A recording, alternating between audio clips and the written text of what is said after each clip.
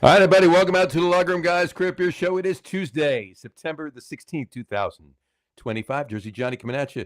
With me, as always, is none other than Mr. Beer Samurai. Say hello, Mr. Samurai. I'm just finishing my dinner. You're just finishing your dinner. Well, I mean, that's normally the case. I mean, what's different about that? Well, it's what? 4:30 here. It's true. It's 4:30 by you. 4:30. I'm in San Francisco. Well, no, are you in San Francisco? Yeah, I'm in San Francisco. I'm finishing a burger from Fast Times Burger. They're in the Prescott Market in Oakland. So you're not in San Francisco? Yeah, you're right. I'm technically I'm an SFO. You're in Put it that way. You're in the Bay Area. Let's put it that way. Bay Area, and there is some fog rolling in across the bay right now. No, there's no fog in San Francisco. Come on, that's what happened. So saw it on the way in, but I decided to stop in, grab this burger, and go sit in the brewery and eat it. Guess whose brewery? I don't know. Whose brewery? Remember Kevin Spaghetti. Here he is. Hi, everyone. Welcome to the show, Mr. Kevin Drury. How are you, sir? Thank you for having me, gentlemen. It's a pleasure to be back. This is the third or fourth time you're on. Third, I believe. Third, Yeah, it's the second one that I remember. Yes. There you go. Second one you remember. There you go. Right. We Yeah. devolved into champagne and wine in the last one, and then yeah, Because he took a little long to get the show started, so he pre-gamed the show quite a bit. Yes, this is true. This is true. I got all excited. 6 o'clock Eastern Standard Time, and then I got ahead of myself. And you got ahead of yourself. Well, folks, those of you just tuning in now, we apologize for the delay tonight between 6 o'clock with two of the three people on the show being in the Bay Area and not being a good start time, and a couple of technical issues on everybody's end tonight. On everybody's end. John had to redo his whole. I had to not reboot, reinstall my entire computer. And it's still not done. It's actually happening while we're talking. One of these days, we're going to do a GoFundMe. To buy me a new computer? Yeah, to get you a new computer. Just pose in a dirndl to try to get some money. This is ridiculous. Fortunately, I had a backup for everything, right? But I literally had to erase the entire hard drive and reinstall the operating system, and it's still backing everything up right now. Fortunately, I'm just working off of the backup. We can upgrade you from an Apple IIe. I think we can do better. You know what? I actually did last month upgrade to a Quadra 600. So I'm 32 years ago now, right? So no, I'm kidding. Okay, so you're getting closer. Getting closer. No. And then it's a 10-year-old iMac, so that means that Apple considers it obsolete, which means their solution is throw it away and buy a new one. Yeah, that's usually within a year, though. Well, yeah, this is true. Exactly. They just don't support it. I was told today that if I did have to take it in for service, I couldn't bring it to an Apple store. I have to bring it to an Apple authorized service center because they're the only ones that can do anything. I can't bring it to an Apple store because they will no longer touch it because of the age of the computer. Yeah, the cool kids can't deal with it. It's just the guy who gets a mop somewhere. Exactly. Well, house. Right. Well, you know what the reason is, right? Because I'm stereotyping, and I do apologize. This is a joke. This is fodder for entertainment. I wanted to preface what I'm about to say by saying that, but anyway, because most of the kids that work at the Apple stores now were in grade school when this computer was built. Yeah, so it's true. Yeah, they all work across the street. And then I tried to be too cool and tried some new technology that I had, and it's not compatible with our streaming service. Right. Which is another story in and of itself. So I had a gimbal and everything. Kevin was all impressed. Yeah, we had I was impressed yesterday while we were working on it and everything and set it up, but nope. Yeah, because alas, it did not work. It worked over the phone call with the microphones, but the microphones are not compatible with Restream. With our streaming service. Yeah. All right, so you know what? Let's get a couple of days out of the way. Oh yeah. Today is let's start with National Guacamole Day. Happy National Guacamole Day for those who. Because I'm in California. I have a feeling I might eat some Mexican food while I'm here. You might. I might. You might. Yeah. And this is a good place. This is a damn good place to do it. There you go. So that's guacamole. Guaca is like Mexican for like testicle. Right. And is sauce. So basically, guacamole is ball sauce. Ball sauce. Right. Yeah. So because the way it's shaped, that's how they name it. So, but that's Ball sauce. Right. Yeah. yeah. So if I've ruined guacamole for anybody, I apologize. But guacamole is good. Mm-hmm. Well, at least it's not pingamole.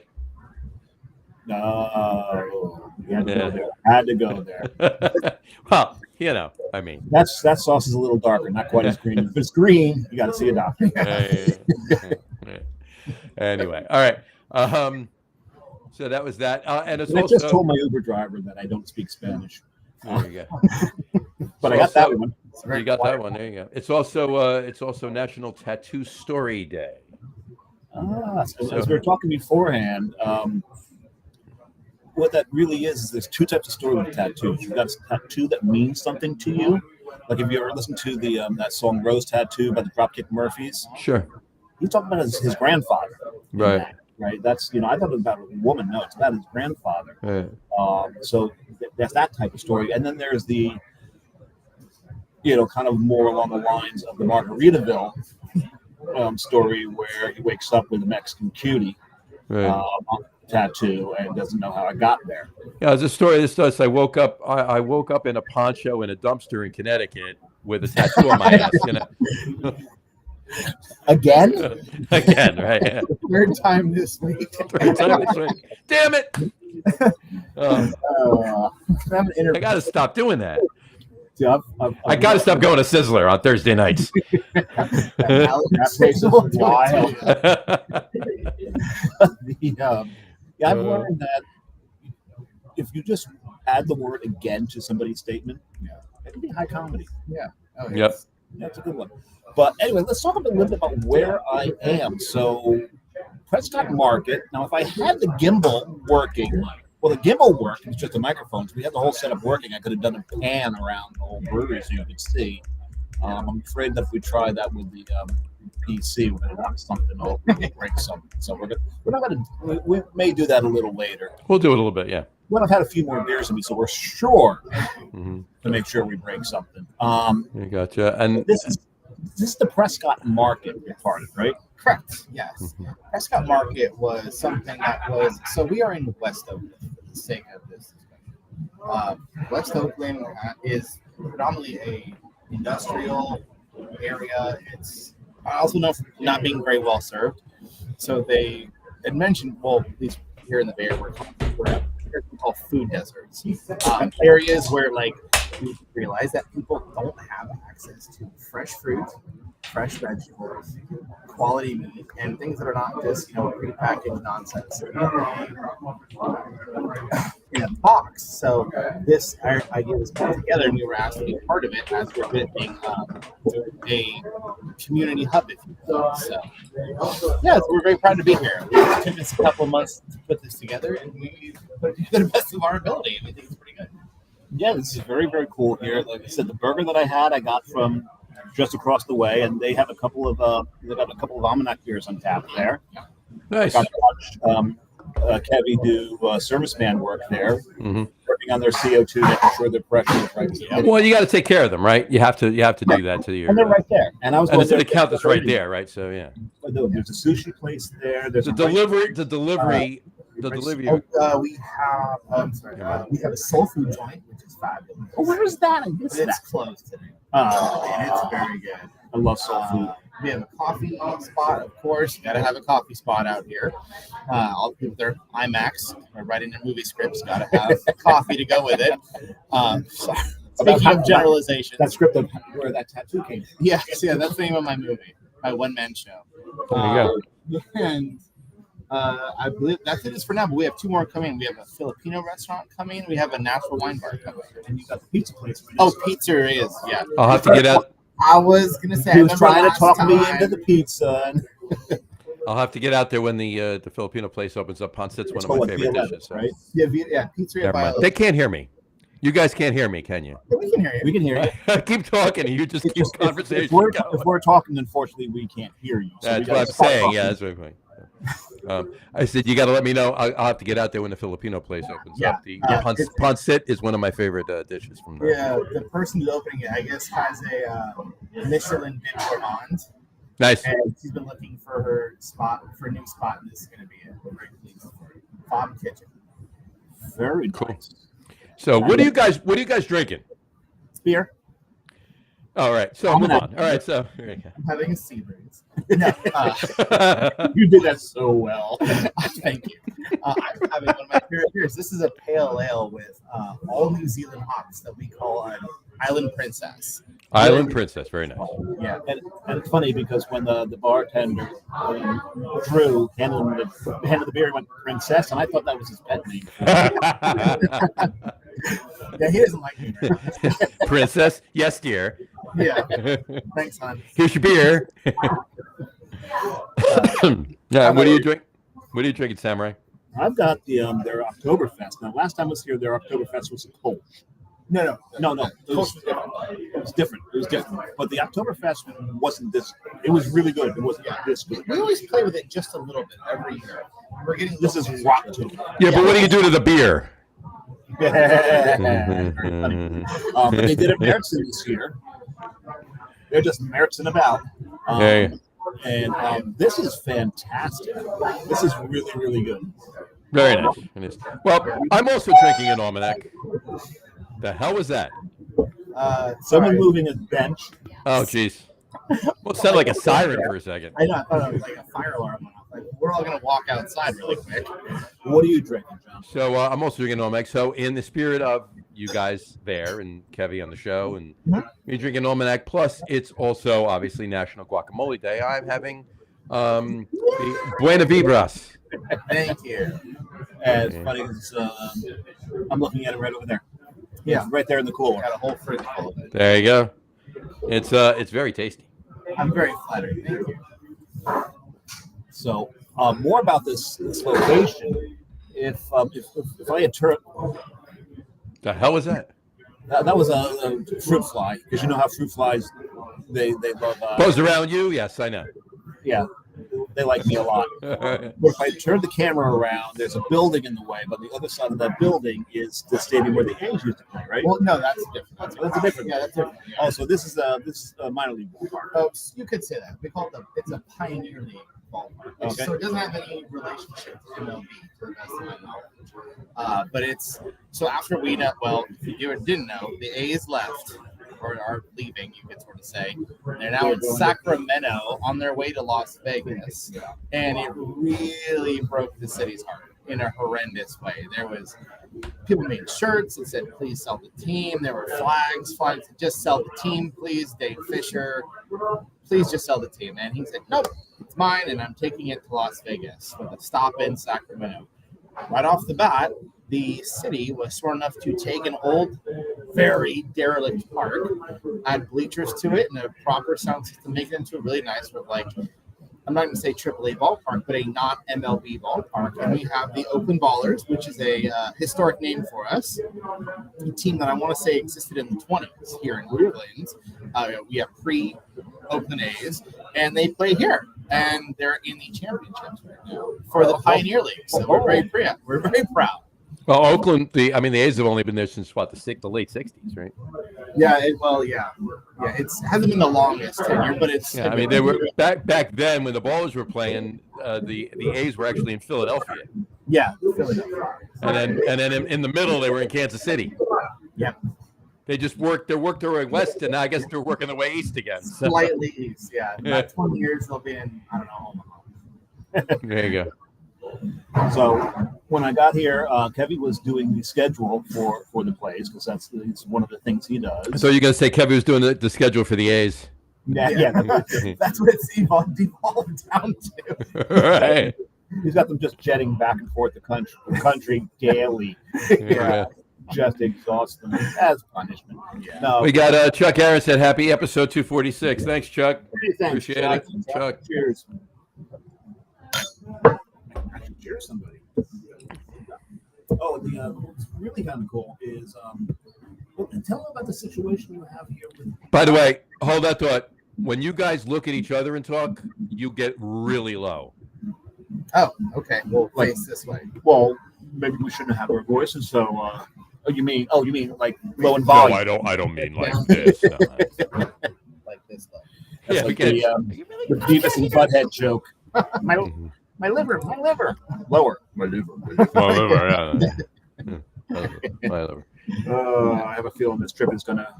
I mean, like Belgium didn't destroy my liver enough. I was going to say, this is going to pale in comparison to what you went through 2 weeks Yeah. ago. Absolutely. We were talking about it. Well, someone went on his honeymoon to Belgium. Yeah, that guy right there. Very nice. Yes. I did not. Never. Oh, you should try it. Go on your honeymoon. There you go. There you go. I'll have to work on that. There you go.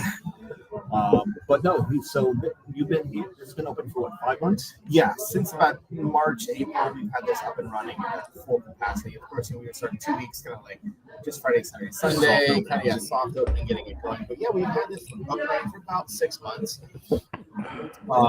I became the AGM at Alameda, in Oakland. I mean, what's that? No. The guy just took a beer and walked that way. You can take a beer anywhere. Yes, I'm glad you said that. That's a great segue. Yes, so part of this is that you can please walk around the space with your beer. Walk outside to the patio where there's AstroTurf. Walk around. We have a sandbox for the kids. I will be You're right. The two of you just walk away, and I'll just sit here and vamp until you get back. Actually, you know what? I'm just going to take the laptop. Is there power out there? No, there is And we're not, going to sit. If there was power How out much there, battery do we have? we would sit in the sandbox and do the show. Oh, that would be fantastic. I think OPD would slightly frown upon that. But yeah, no, but you're free to walk around the space with your beer. We appreciate it. We like, if you're not in the mood for what the food I'm serving, go take a walk and get some food there with your beer. Vice versa. Well, you've got empanadas. We have empanadas here. We just like to do simple food. We have so Hobbies is a empanada place down the street. He's actually from Argentina, and he makes empanadas for them and brings them over for us every other day. We have a meat empanada with beef, and we have a mushroom empanada. And don't sleep on the mushroom empanada; it's actually fabulous.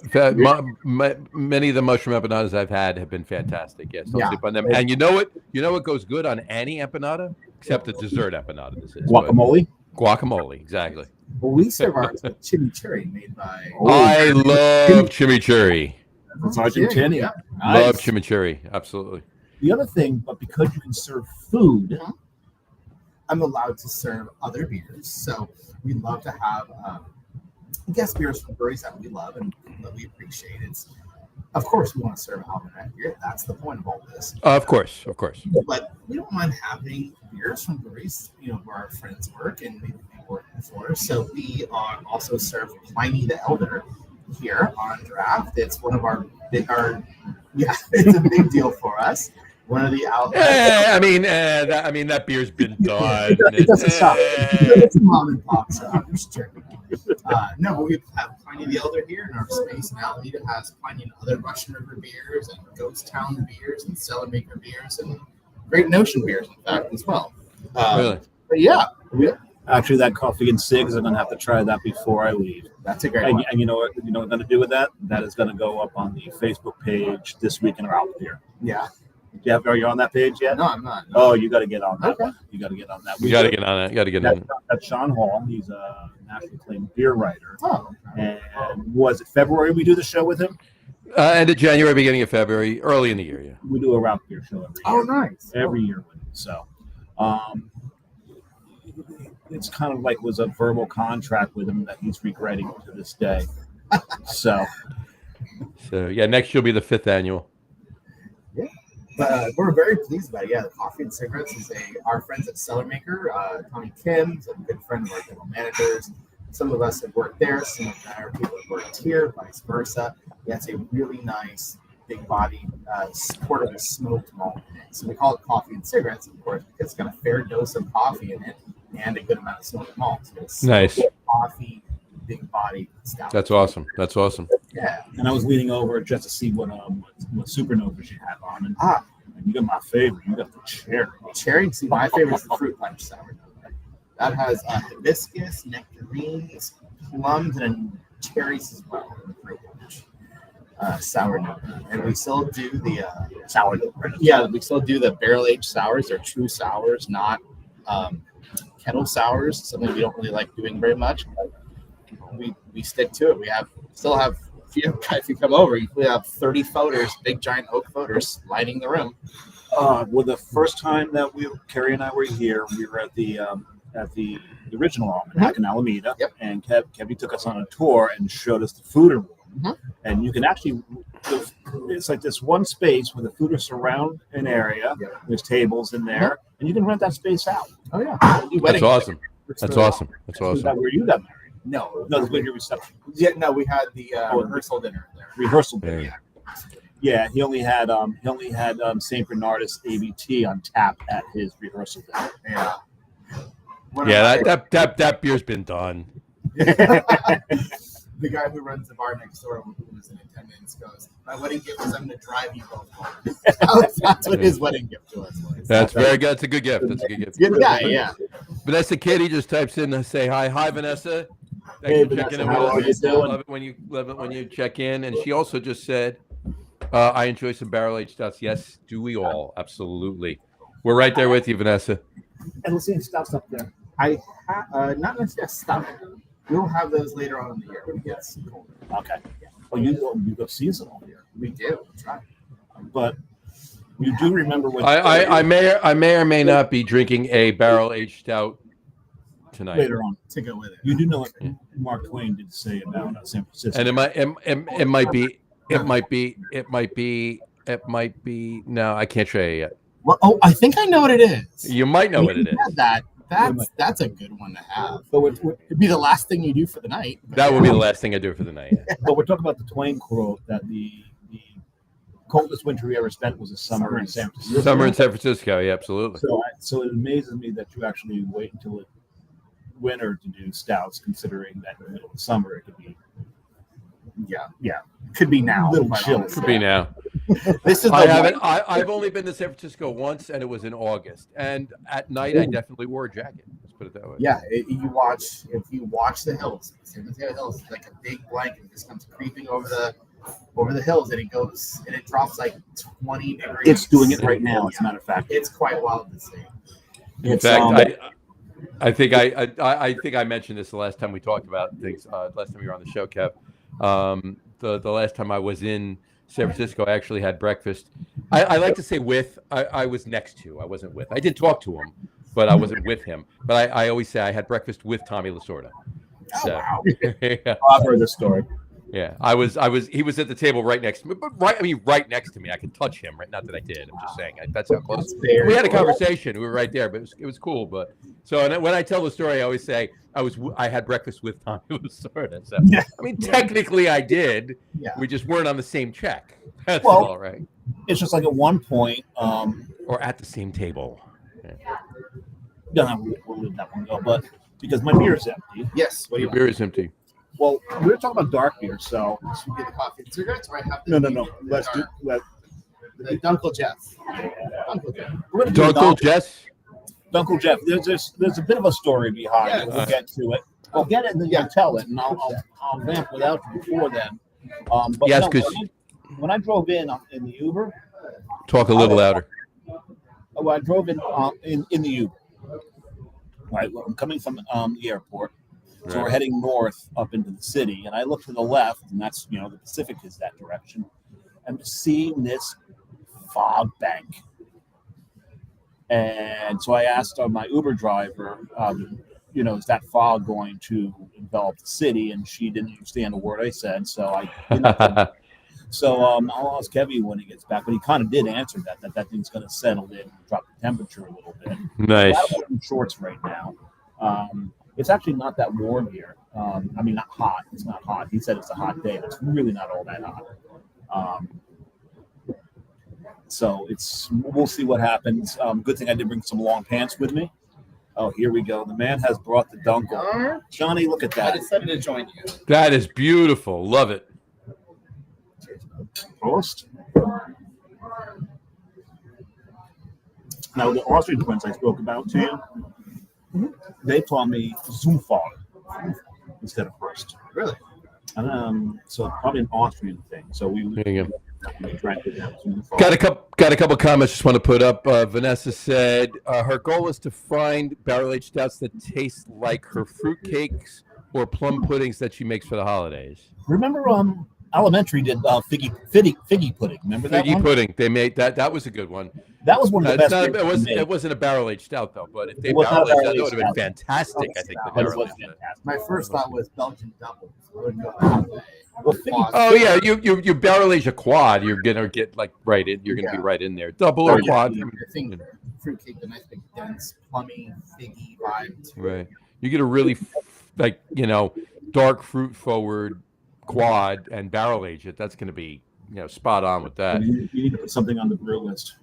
Right. And then she said, speaking of my Tommy Lasorda story, she said she had meals with the mayor of Springfield, Massachusetts in the 90s. Ha ha, they were always in the same restaurant. There you go. So there you go. And check your phone, Dave. Check my phone. Why Check do I your phone. my phone? Because I texted you, that's why. Okay, what did you text me? Let's see. We need to be louder. Well, if I wanted you to read it, I would have just said it on the air. You should have just said it. Okay, we can be a little bit louder. There you go. Go to 11. Take it to 11. Okay. Yeah. Oh, the new movie's out. It's one louder. It is one louder. Mhm. The new Spinal Tap. Spinal Tap 2, the end continues. So we'll see about that. I want to go see it. I think it's next week. I want to go see it. I do. Yeah, we'll see. I may have to wait till it comes on to what you call it, Streaming or something. Yeah, I'm sure it'll be. Look, hey, no offense to It'll hit streaming real Rob quick. Reiner, Michael McKean, Christopher Guest, or Harry Shearer, but it'll be streaming soon. I don't think that's going to be a movie that stays in the theater for like 2 or 3 months. No, probably not. Wait, you telling me it's not going to win an Emmy and an Oscar or whatever? Anagram. Oh no, it may. Yeah, it's gonna gonna go- grab me. EGOT. I love the one scene I did see. They actually asked Questlove if he would fill in as drummer for the band, and he basically said, "Fuck that." I'm going down like that. I'm a talented musician. Vanessa Kitty, one more from Vanessa really quick and we'll move on. A fun fact, one Saturday in June of 1994, Bill Bradley of the Secretary of the United States Air Force called me up. That call changed my life forever. There you go. Interesting. That's a story we're going to delve into one of these Well, days. you know what? Bill Bradley changed my life forever too when he helped the Knicks win back in the early 70s. And It's funny, Bill Bradley changed my life forever because he helped my brother and I. He made sure that we got our college benefits from my father. there you go. There you go. We all have a Bill Bradley. It wasn't Hill Bradley, it was Bill. She said there you go. I got to meet him at the dedication of the New Jersey Vietnam Memorial. Yeah, I met Bill a couple times back in the 80s. Yeah. You probably had him while he was still lucid. A little bit. When I met him, I'm not certain that he knew where he was at the time. But all good. All right, let's get back to beer. I hope the camera picked that one. I heard it. Microphone. Oh, the microphone on somebody else there? I didn't hear anything. No. Okay. Never mind. I'll talk about it later. We'll talk about it later. Talk about it later. There you go. So, by the way, this was fantastic, Dave. You can bring some back with you. Thank you. Fantastic. That was fantastic. It was really good. I brought a small suitcase this time, John. So how much I can fit in. I'd then throw one can in. How's that? I can always ship. I've done it before. Ooh, there you go. You know what? I meant to send you beers. He brought the beer out to you, but I mean, I meant to send you more. You told him now I was going to surprise him. Never mind. So the suitcase that's back in the office. Yeah. There's some beer in there for Oh, you. thank you. Yeah, Much but appreciated. Thank you. no, from him too, from both of us. But Yeah. Well, I brought some Jersey beer for you. Oh, cool. Very good. And I brought something else. It's from a little closer to home for you. Okay. So we'll see. We'll see Yeah, how yeah. when we pull that Looking out. forward to it. yeah, Vanessa said I want to throw this one up. She said, and she was never a resident of New Jersey, and yet he helped her. So there you go. Yeah, Bill was He was that kind of guy. He really was. he was that kind of guy. Really was that kind of guy. Because he knew a guy who knew a guy. He knew a guy. He knew a guy. He had a guy at the back and the other thing. Very true. So, yeah, that's very true. So now this space. Yes. Now I know at Almanac there's always over in Alameda. Yes. You have all kinds of events going on. All There's the time. parties, people throw their parties there. That you actually have a sandbox there. Yep. We have two of them. Yeah. Oh, there's two of them. Two now. We have a bounce house occasionally for kids on Saturday. A bounce house? We have a bounce house. How many? I got to times get do out there, kids Dave. I don't know wind what the up hell I'm doing. No, it's not big enough, thankfully. It's kids that are, yay high or less. All right. Well, can I get in on my knees? I don't know. I'll see if that You flies. need to get a bigger bounce house for all the drunk adults. Yeah. Just make sure there's a hose. No. That would be a very bad thing for them to have. Yeah. No, you just make sure you got a hose available. Yeah. They're made of rubber. You just hose the damn thing down. Yeah. Tilt it over and hit that. Yeah. That's all. It's a brewery. We got hoses everywhere. Yeah, no, we're always. Yeah, It's a there's brewery. plumbing. You have hose everywhere. Yeah, We are in Oakland. All right. Oh, hose. Hoses. There you go. I see what you're saying. All right, fine. All right, moving on. I'm All going right, to- so, all right. What events do you do here? we haven't done too many events. A lot of the events we do here are shared events because I don't have a ton of space here. In Alameda, I have 80,000 square feet outside. He's basically got a city block. In Alameda, so we have Available outdoor space. Just the outdoor space is on a yes, city block. it's big. It's real big. Indoor, we've kind of the brewers don't like it, but we've kind of removed some of the space off of them. There you go. Look at that. You got the OG bottles. So the machine that put the beer in that bottle is called a Meheen, Meheen. It's the most infernal piece of machinery on the earth. When we got rid of that and got a proper can filler, they celebrated getting rid of that damn Meheen, and nobody wanted to buy it. It's still there, just sitting there covered in dust. Doesn't want to buy this? Nope. You hands off. I'll take it, Dave. Bring it back with you. Yeah, okay. Yeah, we'll put it in that luggage. Yeah, we'll see if I can't fit it in my luggage. Yeah, I don't know. You're gonna be cursing our name real quick. You know the band Rage Against the Machine? They never said what machine they were raging against, but we're pretty sure it was a Meheen. See, everyone else was a printer. Printer, yeah. But the Meheen, okay, that makes some sense there. Yeah. No, so the events we do here, so first of all, we have a farmers market every Sunday. There's that fresh vegetables, and Yeah. fruits that you. Yeah, it's kind of our vibe in the. Someone is a cheese vendor. Sometimes there's also a donut vendor, which is pretty fabulous. What about mushrooms? There is a mushroom vendor. Because Yep. I know the one over at the ferry terminal. They have a couple. Yes, they do. We do have one here, but we have all kinds of other stuff. Some of it's prepared food as well. We have a tamale guy. We have a juice. We have a lady who just does mango juice. Just And mango juice. Yeah, just mango juice. That's all she does, and she's great at it. Coffee. He's like I'm not a big coffee guy, if I'm honest. I would have Folgers every day for the rest of my life. I'd be perfectly fine. I'm a with coffee that. snob. I'm fine with my crystals. Oh my God, Yeah, I know. the funk in this is amazing. Oh, wow. Got a lot of carbs. It's got a The Meheen did at least keep capping correctly. Yes, It's Summer in the City. Summer in the city.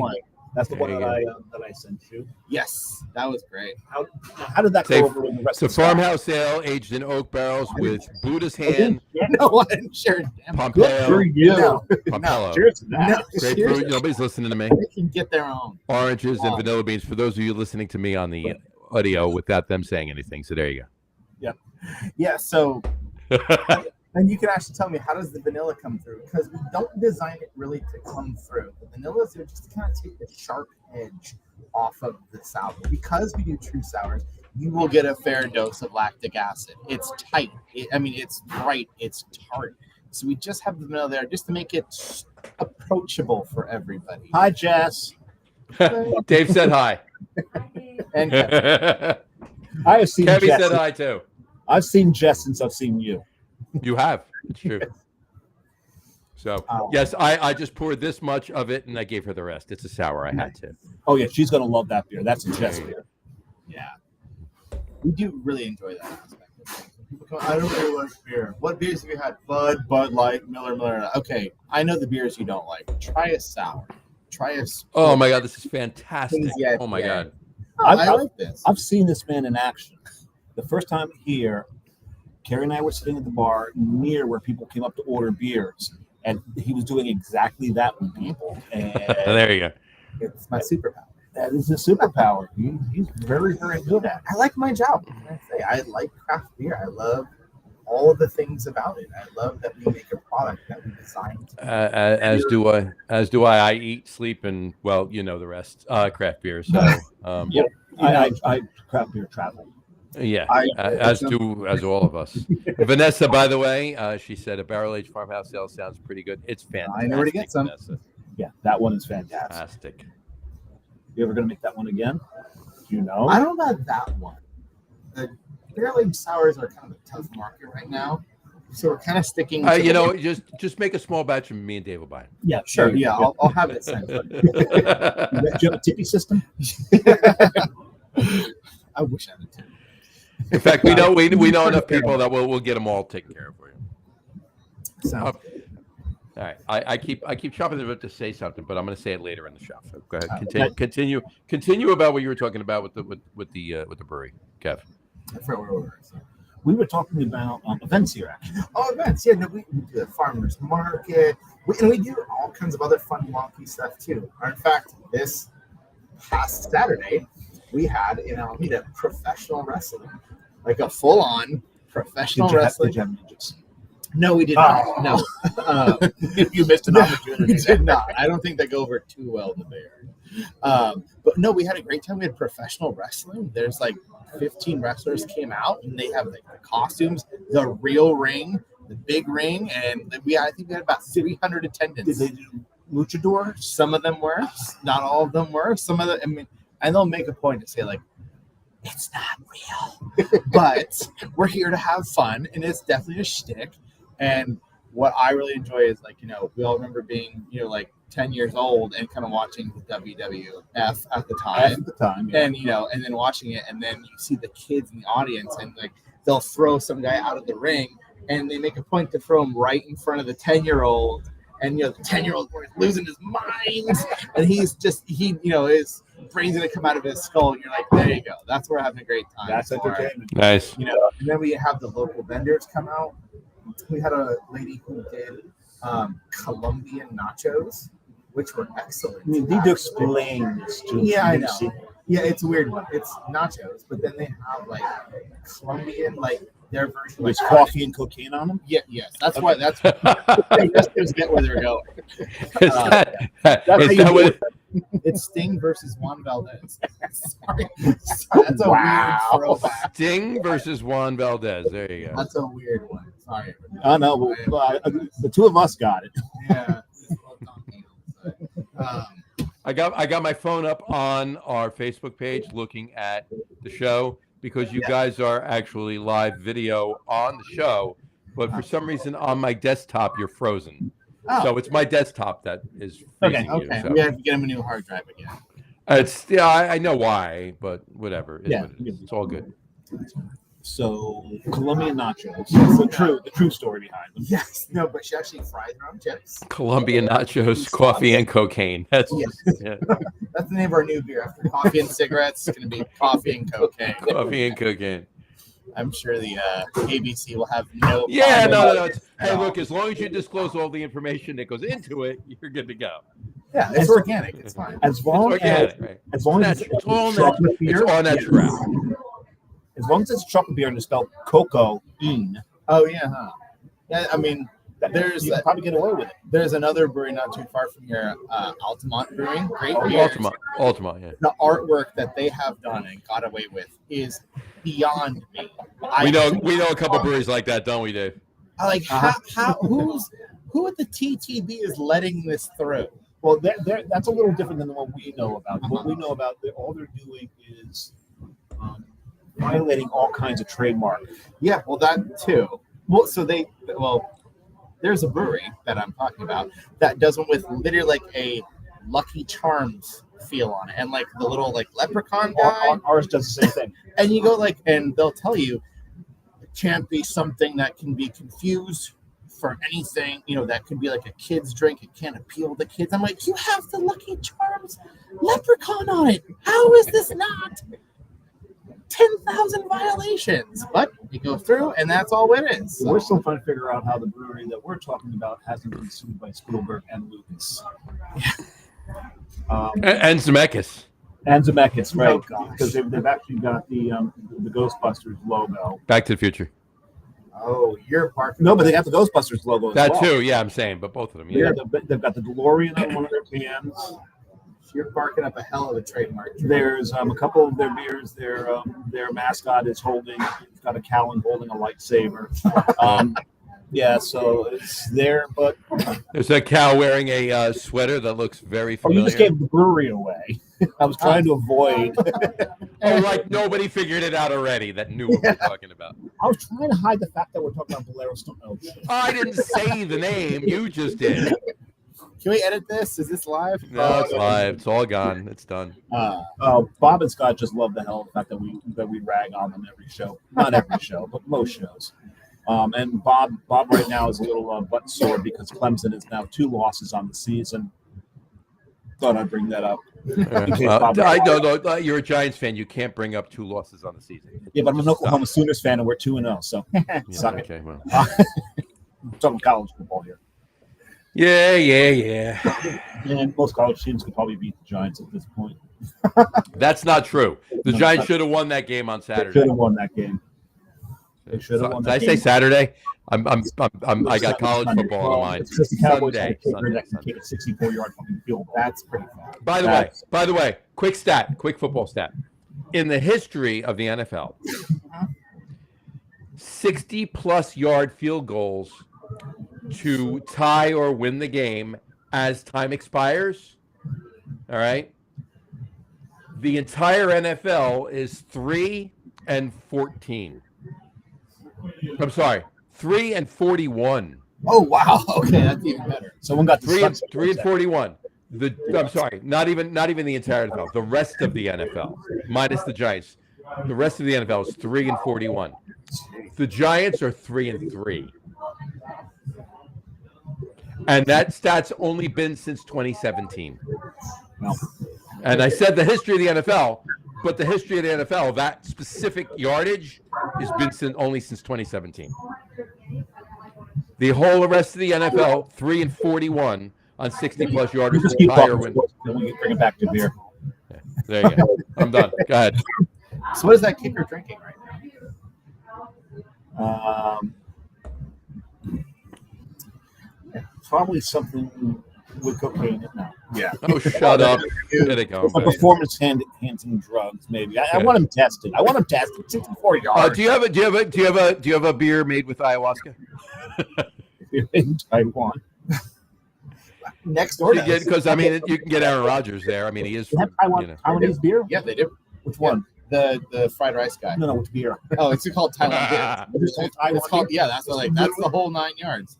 That's Taiwan I beer. mean, you might need to go get one of those before I leave because I don't think I've ever had a beer from Me Taiwan. neither. Yeah. Nah, I don't think I want a beer from Taiwan. Everything else is made there. There you go. Hold on, let me check my computer. Yep. No, it's not Macer. Yep. There you go. Macer? Um, Yeah, I think Macer's made in Taiwan. Vanessa did put up a comment a little while ago about, she said, a source for 3 more Utopiases near her. She may try to get them before December. That's fantastic. There you go. Do you like Utopias that much? Am I alone in that? That I thought it was okay. I love Utopias, but not. I love you. I love Utopias. I do. I do Okay. love Utopias. I waited at GABF to have Utopias. They gave me probably less than a thimbleful, and that's fine. I kind of thought, okay, it is kind Yeah. of more like it's closer to like a spirit. If you're expecting a beer, you're not Yes. going to. It's cognac. It's not. It's Yeah, it was like someone took wort and cognac and put it together, and I kind of was like, okay, I don't hate this. I'm not going to throw it across the room, but I was like, okay, let's. I don't know. Maybe I guess I was. My first pour of Utopias was actually free. Yeah, I was sitting in Cloverleaf, and they were raffling them off. So anytime you bought a beer, you get a ticket. Yeah. So I had a bunch of tickets in front of me. The two guys next to me had a bunch of tickets, and they were raffling a taste off every half hour. And so it's 5 minutes to the next drawing. They're like, "We really gotta go," and they hand me their tickets. One of their tickets hit. And what came with it was one of the tasting glasses. Ooh. So I've got that somewhere. Guess where that is, John? In a box in storage. It's in the box in storage. Yeah. Yeah. You know, it's been kind of embarrassing. I got Kev. I got a Utopias at a beer fest story for you, but I'm not going to say it on the show. Okay. I'll tell you when we're done. Remind me to tell you. I'll tell you then. All right, so what's embarrassing? Speaking of storage units and beer things, Storage units and beer things. That should be a book written by Dave. I'll do the forward. There you go. Done. When my wife and I moved from one end of Alameda to the other one, I work in this industry. I have more beer than I've ever known what to do with. And then people, you know how it is, but they come from other breweries, go, we brought this for you. And you go, oh, thank you. Okay. And then my wife is a big wine person. She's part of 4 different wine clubs.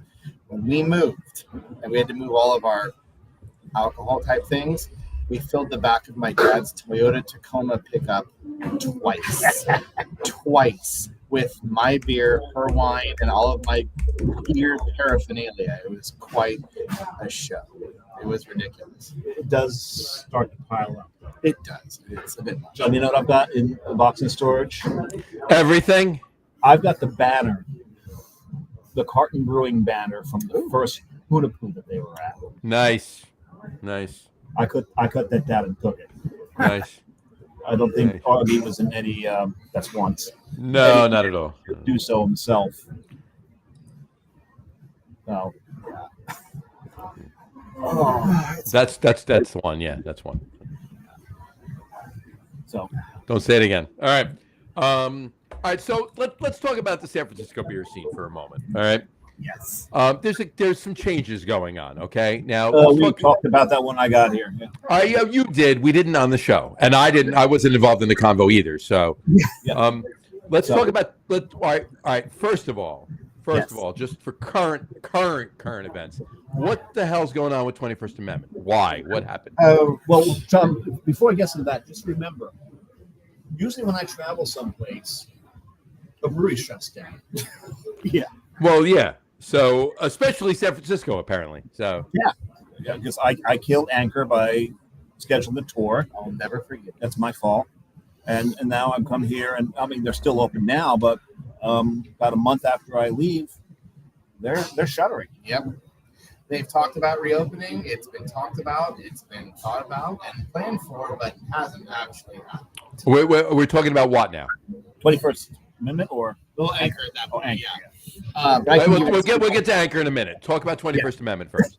21st, yeah. They moved into that spot in San Leandro, if you are not aware. So I started there. That's how I started my whole Right. Well, that's why I brought it up first, because Yeah. you were there.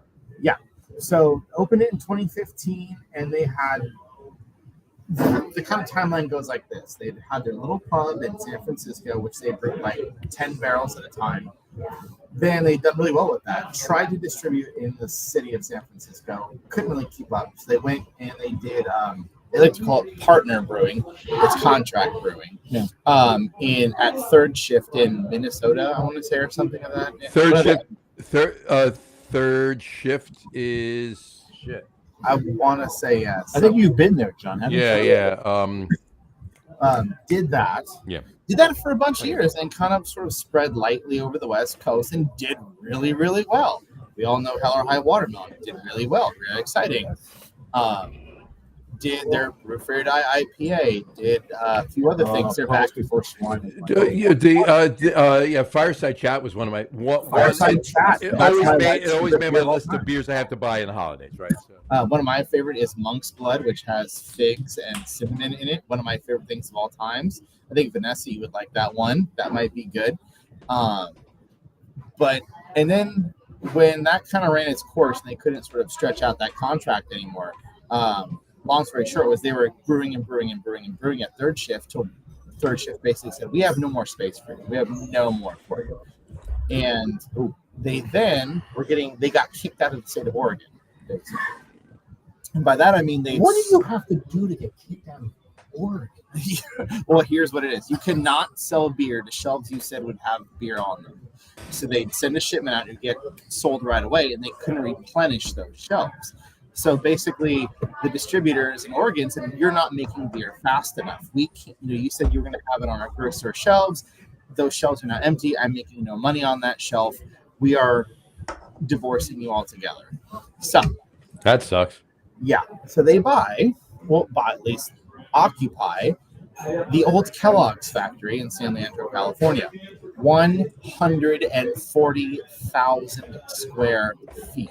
That's not small at all. It's huge. Wow. you could literally, honestly, Yeah. other than Anheuser-Busch or Coors or Miller or whatever, you could literally fit 600 breweries in that space. No, that's leading us to where we're going.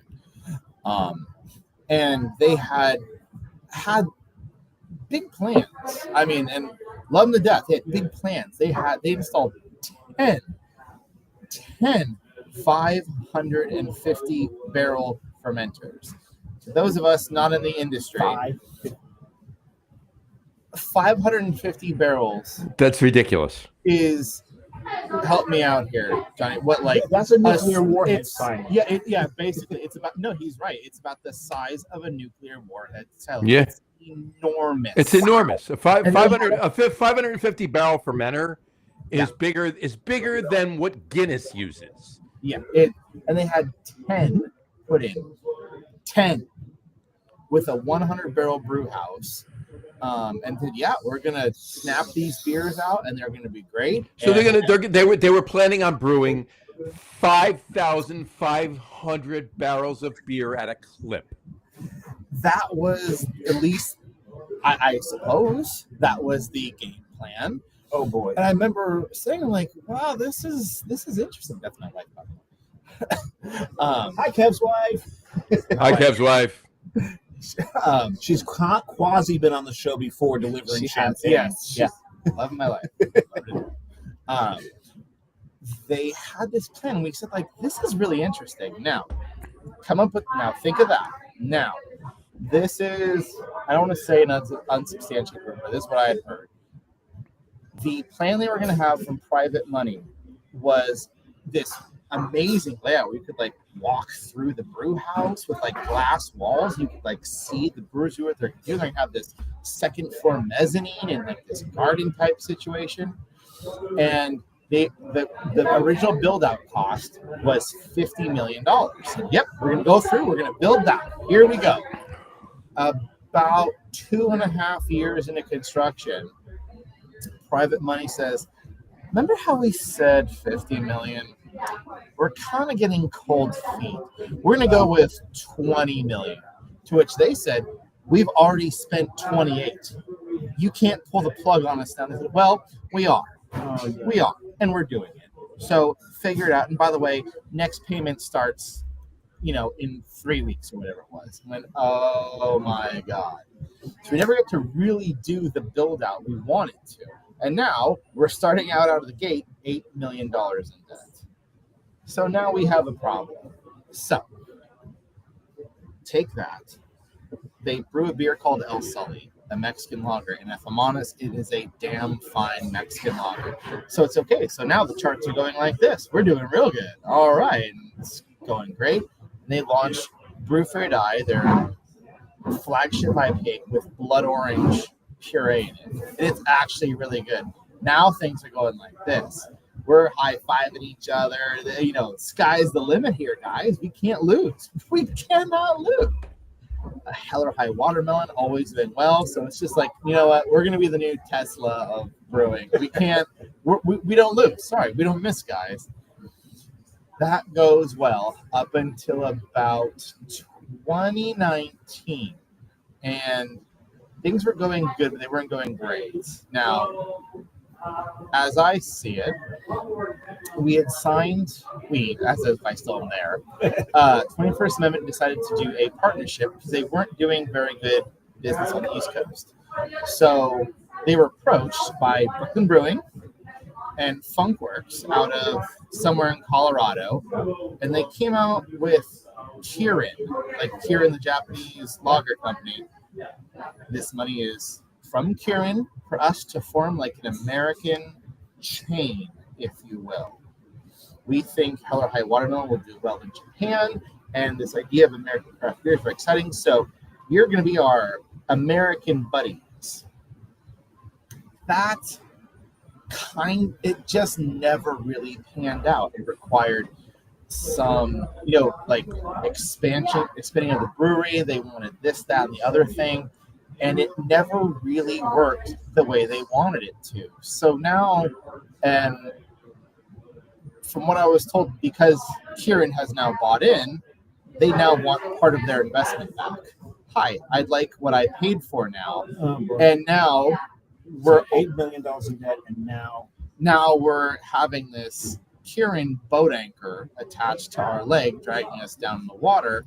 So now, from what I was told, that wasn't the worst thing, but it was basically one of the death blows that kind of had a slow, long, drawn-out, painful response.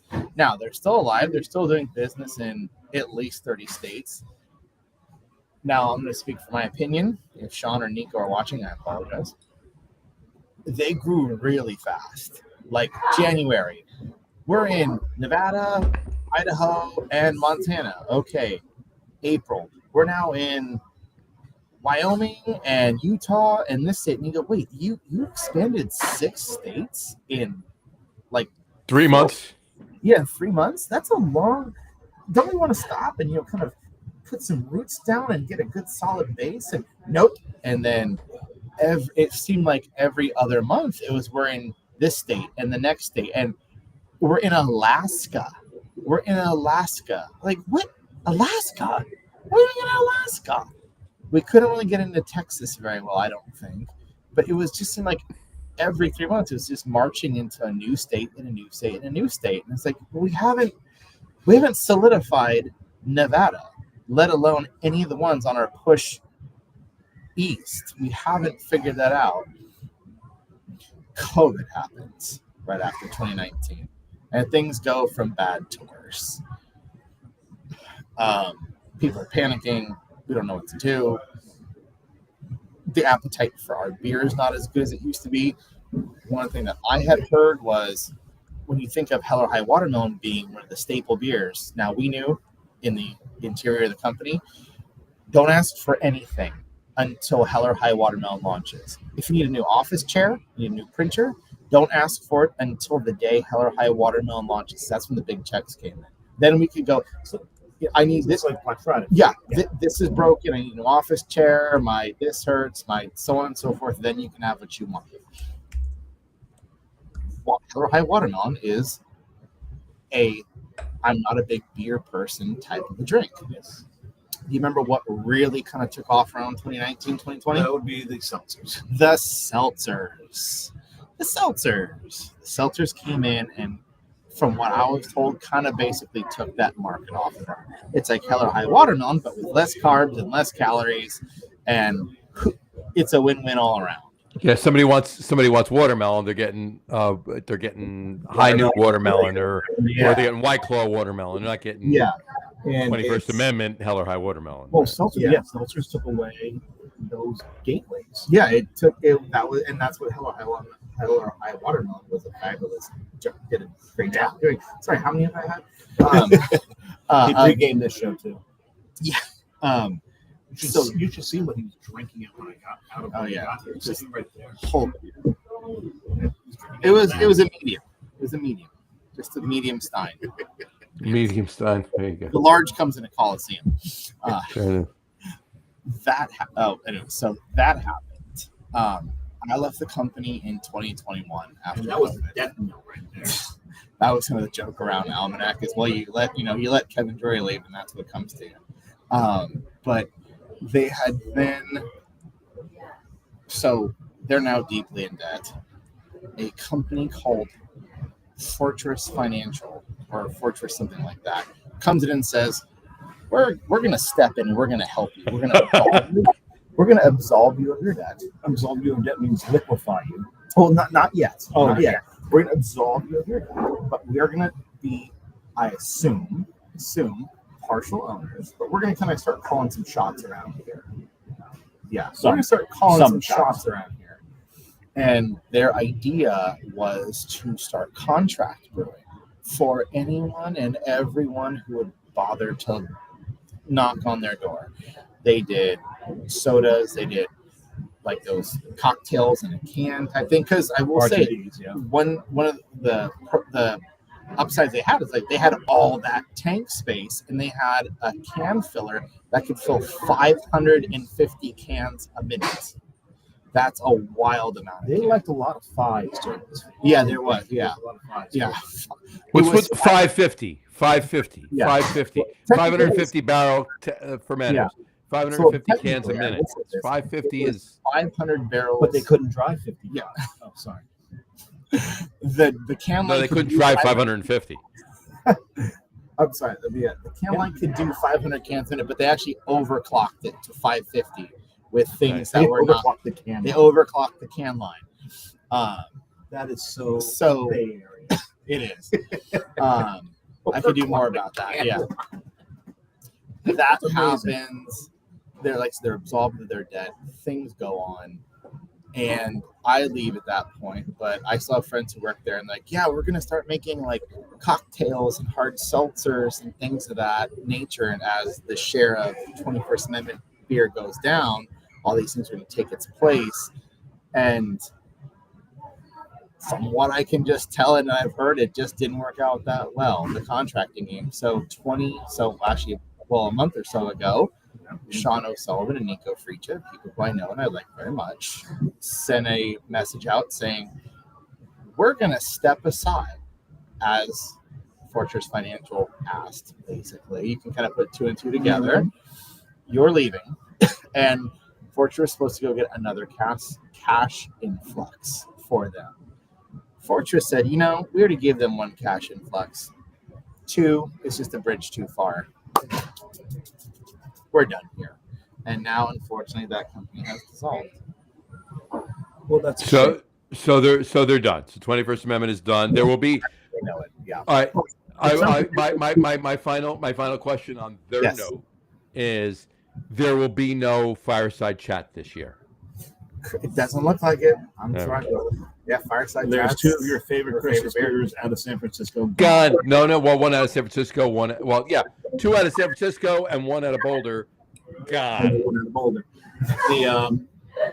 It sounds like there's those two. Thank you, classic San Miguel.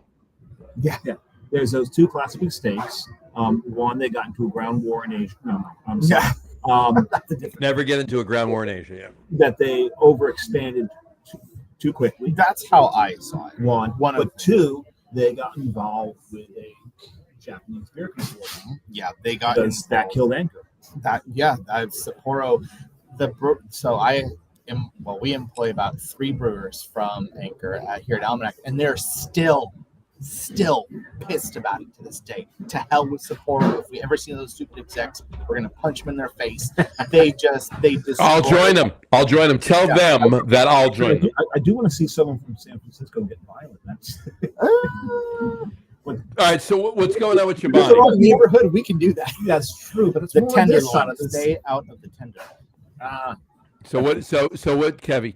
What's going on with Chobani? You were about to say that before we started talking about 20. Oh yeah. So the billionaire guy from Chobani has pledged to come in and start Anchor back up. Now the distressing part is he said, I have no idea what Anchor is. I live here. I don't know what Anchor does, but I think I'm going to bring it back. It seems like a weird thing to sink, God knows how many tens of millions of dollars into something you don't know. Well, he didn't know that yogurt business was Okay.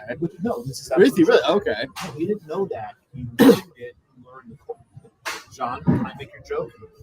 He learned the culture. That's John's joke, and I just It's my stole joke. Yeah, he figured out what the culture is. Yeah, exactly. He figured out what the culture was. Got back to that family feel of a company. Okay. And so that was always the big hope and the optimism for Anchor is that he would bring that mindset to Anchor. We are really hoping for that. And like I said, It's taking a long time. that's the whole thing. So I would say about 2 to 3 months ago, he pledged yes.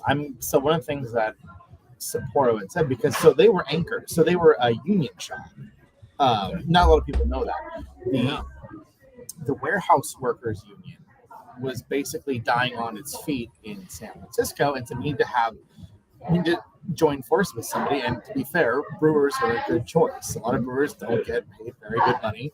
Said, all right, we're going to be the ILWU. I think that's what they are. Something of that nature. National Labor Workers Union. Or a warehouse. I don't know. Something like that. Whoever the word. If you work in a warehouse, we're happy. There's a W in it. Yeah. And they joined forces with them. I remember Bernie Sanders came out to say congratulations, good for you. Was he wearing his mittens? Not yet. No, not in San Francisco. It was before 4. And we were all very proud of that, and things were looking up. And just to backtrack slightly, that was when Sapporo said, okay, you're going to do this to us. You're going to take a brewery that's, to be fair, we're not investing in, that's not doing well, and you're going to slap union wages in our hands. Yeah, we're done with this as well. But Mr. Chobani Yogurt guy has said, yeah, I'm happy welcoming the union back, to which a lot of them, and they said, we'll hire the old staff back, which has really kind of perked up a lot of ears. And really, that's saying all the right things. However, it was on the news not that long ago that he kind of has been radio silent as of the last few months. And why have you said you're going to hire us? We're going to discuss this. What's the timeline? So we're hoping it's not just a platitude that he's backing out of now that he sees the and he doesn't see the invoice for everything, because that building needs a lot of love. That building was basically put together in the 70s. He had to know that, though. He had to know that going. Yeah, in. I mean, hope so. He doesn't seem like I'm sure he doesn't seem like the kind of guy that wouldn't do his due diligence and figure that out. I mean, all the brewers. I mean, I know a handful of brewers who met with him and said, if you're going to take this over, this, and this all need to be done.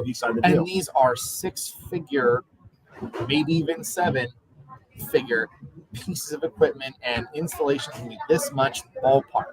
Are you sure you want to do this? And then he still agreed to at that time, but the quietness is making everyone nervous. As it is on, we're feeling the same thing on the East Coast right now. Because when I told the beer drinking group that I'm in, and I'm coming to San Francisco, they're all like, find out what's going on with them. Go over there, just knock on the windows. Yeah. See if there's somebody in there. It doesn't appear that anyone's working on anything there. The brewers that I know have said, like, they said, we'll call you when it's ready, and no calls, and no sign of getting ready. No sign of getting ready yet. We don't see any gear. We don't see any construction. We don't see any, union shop bosses saying, hey, on, February, we're going to start this, that, and the other thing. We don't see that at all yet. And it's, a lot of people are so optimistic, because I find it interesting that the brewers, like I said, 3 of them that I work with, all from Anchor, would tell us, we love Almanac, we love you, we love this place, but if Anchor calls us, we're leaving tomorrow. That's how much they love the culture and what Anchor does and the history of it. We will leave tomorrow, no offense, love you, but it's out. And I'm sure no one's upset with that. Yeah, no, we'd say like, hey, as long as I can have an Anchor steam here and there after you, that's fine with us. One of the last Anchor steams I had was down in the Marina District. Yeah. And I think it was 9:30. Yeah. Our head brewer used to be a brewer there, and I put on his Christmas lights for him last year, and my gift was a couple of Anchors. Yeah, that was great.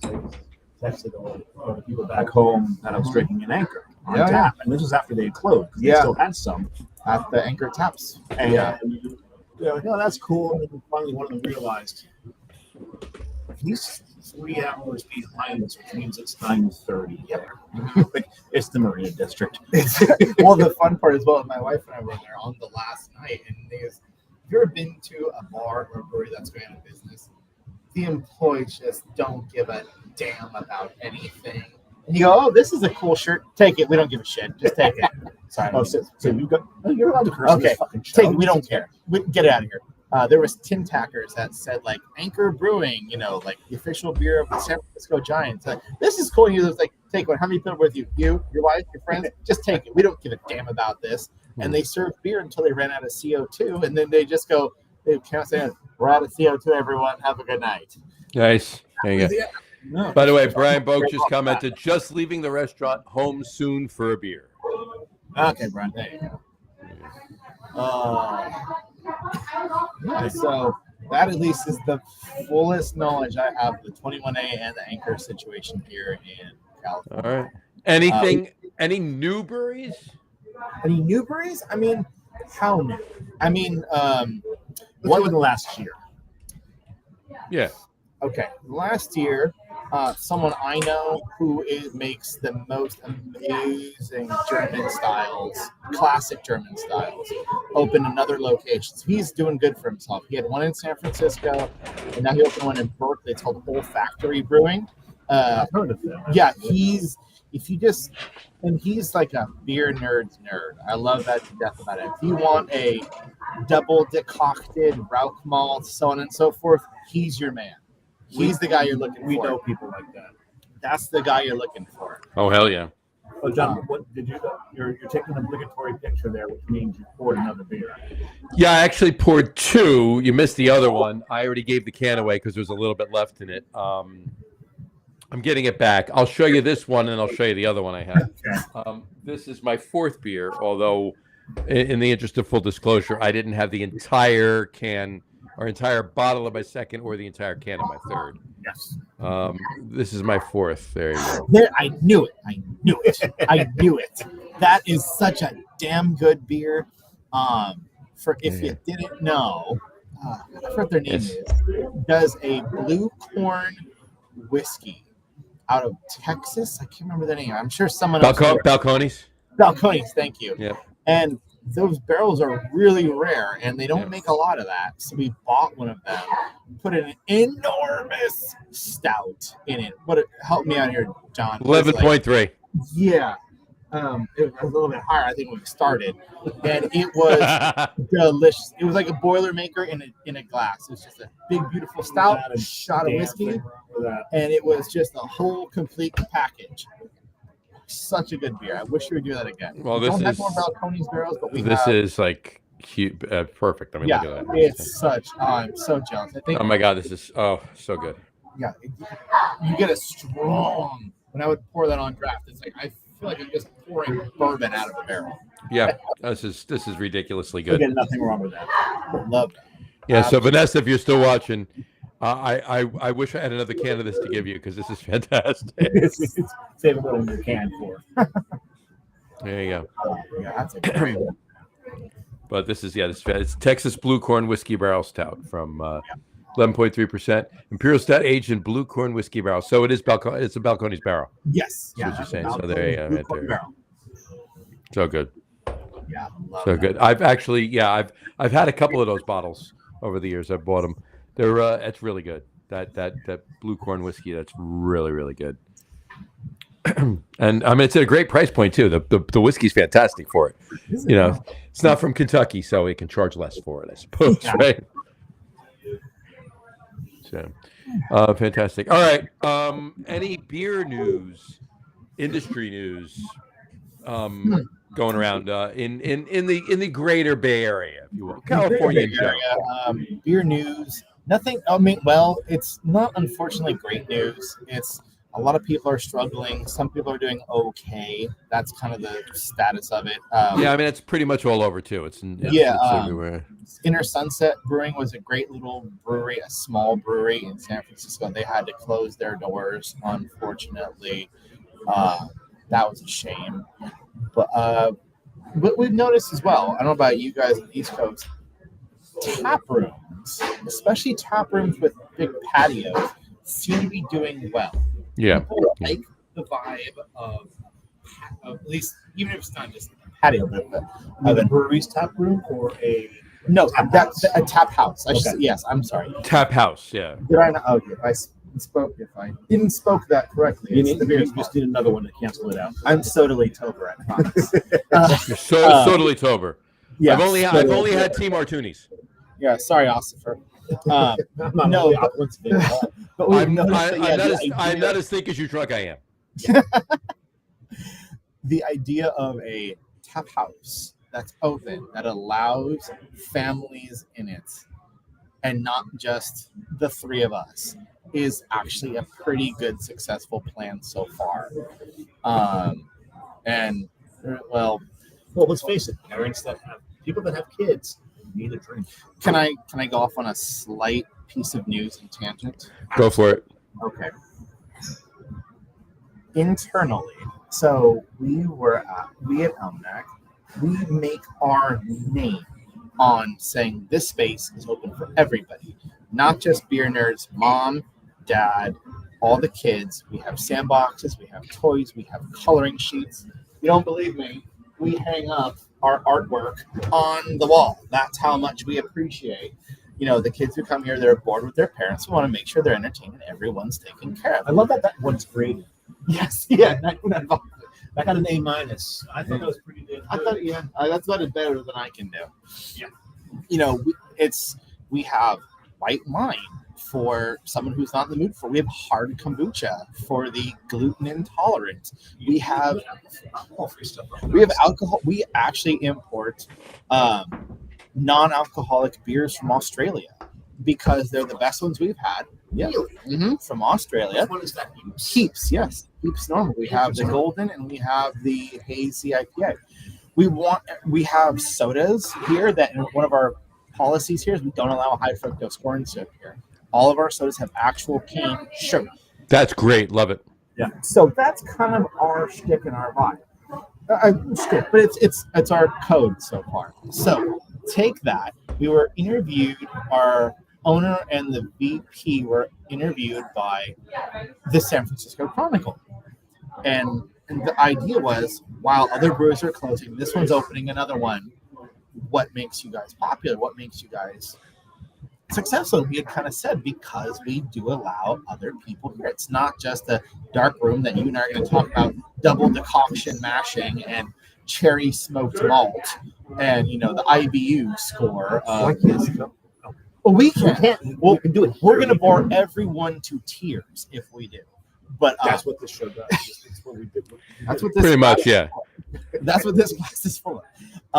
By the way, this was my third beer. By the way, Oh, I'm so jealous. Love that. The Muscat beer. grapes were this so was damn. great. So good. The Yeah, with the toughness- Mescal grapes and that feel to it, I had to give part of this to That's one of my my better favorite- half downstairs. So. That was, Oh, that was cheers to fantastic. you, getting all the classics out, man. So that article came out, and it was weird because one of the things that our president had said was that he doesn't love the term craft beer. We are still a small brewery. We do still make excellent beer, but the term craft beer has been sort of hijacked by people who are sometimes snobby, sometimes rude, and inclusionary. That's not what we're after. So that was fine, and that was some people loved it. It mostly went over well. Not that long after, I want to say it was your guys' department. I think it was the Times, the New York Times, put out a piece with the same photos of us standing in the sandbox, saying, basically alluding to, the death knell of craft beer is here, and these are the people, or people like these people are the ones to blame. And we didn't think that was very How did they nice. arrive at that?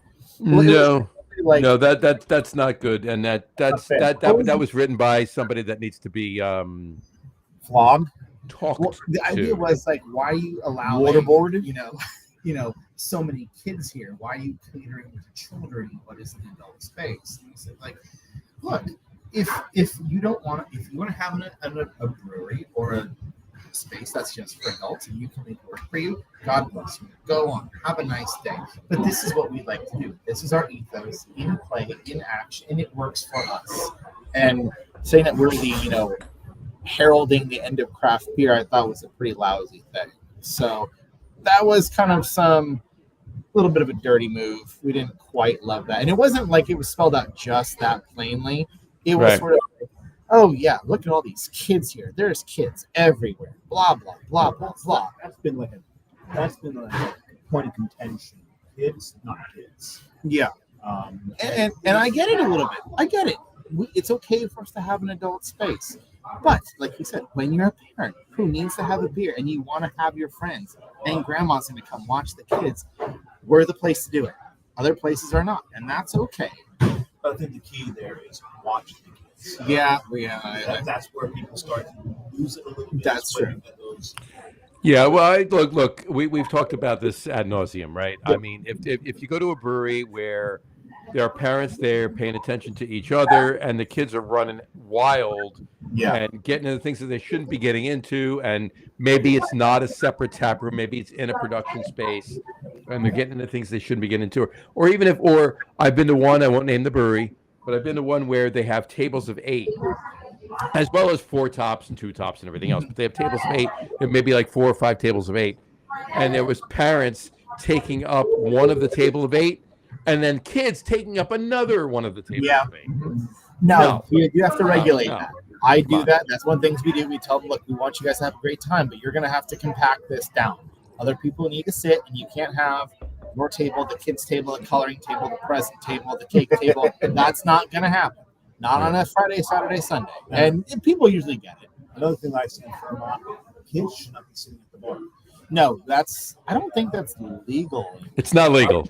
21 and over cannot Depends what sit at state a you're in. bar. If it is, or not. Okay. In most states, if it's not 21 and under, I'm sorry. We 20 and don't under. allow kids to sit at the bar. It's just something we're not allowed to do. It's, hey, you can sit in any seat you like, but you cannot Yeah. sit at the bar. I'm sorry. Any bar.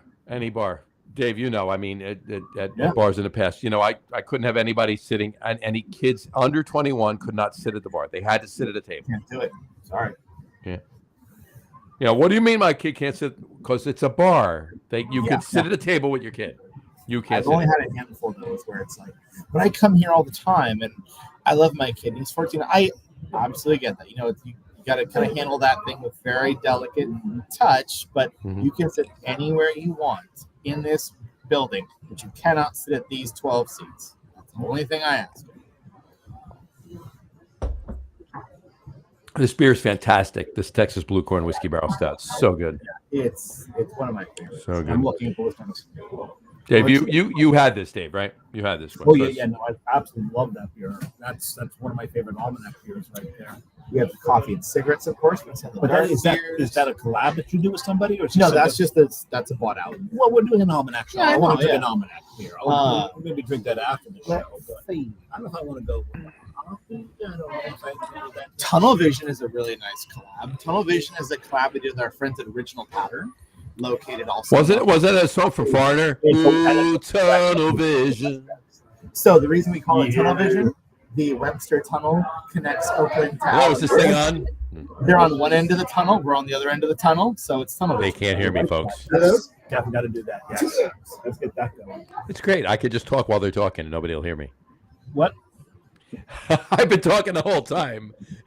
Well, we were talking. Everybody about listening to the audio podcast is going to hear me and you, but you guys didn't hear a thing I was saying. No, we couldn't. I told you that if him and I are talking, we can't hear you. I know. So So I made a joke, but you couldn't hear me, so I just kept it going. you made a joke. What was the joke? Say the joke again. Never mind. It's gone. I would have It's pretended to laugh. All right. You said tunnel vision. Yes. I said, wasn't it a song by Foreigner? Ooh, No, it's not. tunnel vision. I promised to laugh. I lied. See, I told you. It would have been incrementally funnier if you heard it when I said it. One second. How are we flipped? Our video is flipped here I don't know what's going on. because you were playing around with it. I noticed. No. What I did, no, you just flipped the video there. Yeah, I just flipped the video. Yeah, This is unflip actually- it. This is actually. No, this is how we're actually aligned. No, flip it again. Why is everything up backwards now? Because it's backwards on my screen now, yes. Well, we also know that your screen has all kinds of issues. Right, but I'm watching it. It's like 30 seconds behind, but I'm watching it on Facebook. so I can see what's right and what's wrong. So I can. It's down here. Oh, you have never known what was right from wrong. Well, that's true. But as far as this video goes, Oh, okay. Well, yeah, that. exactly. See, both my video and your video on my desktop they've been frozen for an hour. Well, you are the showrunner, so we're going to trust you on that. I promise you, everything's running fine. Just Not leave much it of where it anything is. else, though. But yeah, don't ever trust me anything else. No, you don't No. do that. No. That's just, that's See, because I'm still looking at Kevy on my screen, and he's over getting you a beer right there. So well, he's not on your screen. He's over there. So he's that's my point. Right? Exactly. he's over there. See that? There he is. There he is. This is fantastic. There we go. So, Let's pop into our let's pop into our top threes. So I told you I at some point I would flip the thing around so we can see. I got a little present. What is this thing? This is a frozen strawberry lemonade, and the base of it is is white wine and hard seltzer. I think I'm on board if I drink this. It's When do you have the full experience? brain freeze. Yeah. The base is white wine and hard seltzer. Yes. That's actually quite yummy. We make our own hard seltzer here that the brewers make for us. Oh, I'm and sorry, I only said us. that wrong. This is awful. It's not beer. Yeah. We have more of this. This isn't a Belgian quad in a oak barrel from 1400. That's quite yummy. It's not bad. Not bad at all. Yeah, on a hot day, it's pretty fab. There you go. Brian This is just the West Coast This is IPA. the West Coast. Brian Boak just commented. Brian Boak just commented, and he said, Oh, yeah, "Home Trogs Lagrave, bottle So, yeah. edition triple golden ale." So there you go. Yeah, and Brian was camping 10 minutes from the brewery and claims that it was not intentional. There you go. So I'm not sure that I agree with that. That is Hey, whose alarm's going off? Oh, that beeping was someone's pager going off to go get their food. Is that what it was? yeah. No fire alarm. All right. Let's get it. Let's do our top threes. What do you think? Top three. Well, the top three. That's right. Top I have three. my Let's get- notes. I came prepared. I did my homework. Well, today. you're the one who came up with the top. Yes, that is. Well, you better have. Yes. So, like, would intro it? Yeah, well, I'll put it up on the screen. Here we go. There we go. So tonight's top three list is Brought to you by Kevy Spaghetti. brought to you by Kevy Spaghetti. Top three most annoying overhyped beer Yes. things. Top three most annoying overhyped beer things. Kevy, Yeah, exactly. take it off. Kick us off. There you go. Should we do all three of them? Yeah, 3, 2, 1. 3, 2, 1.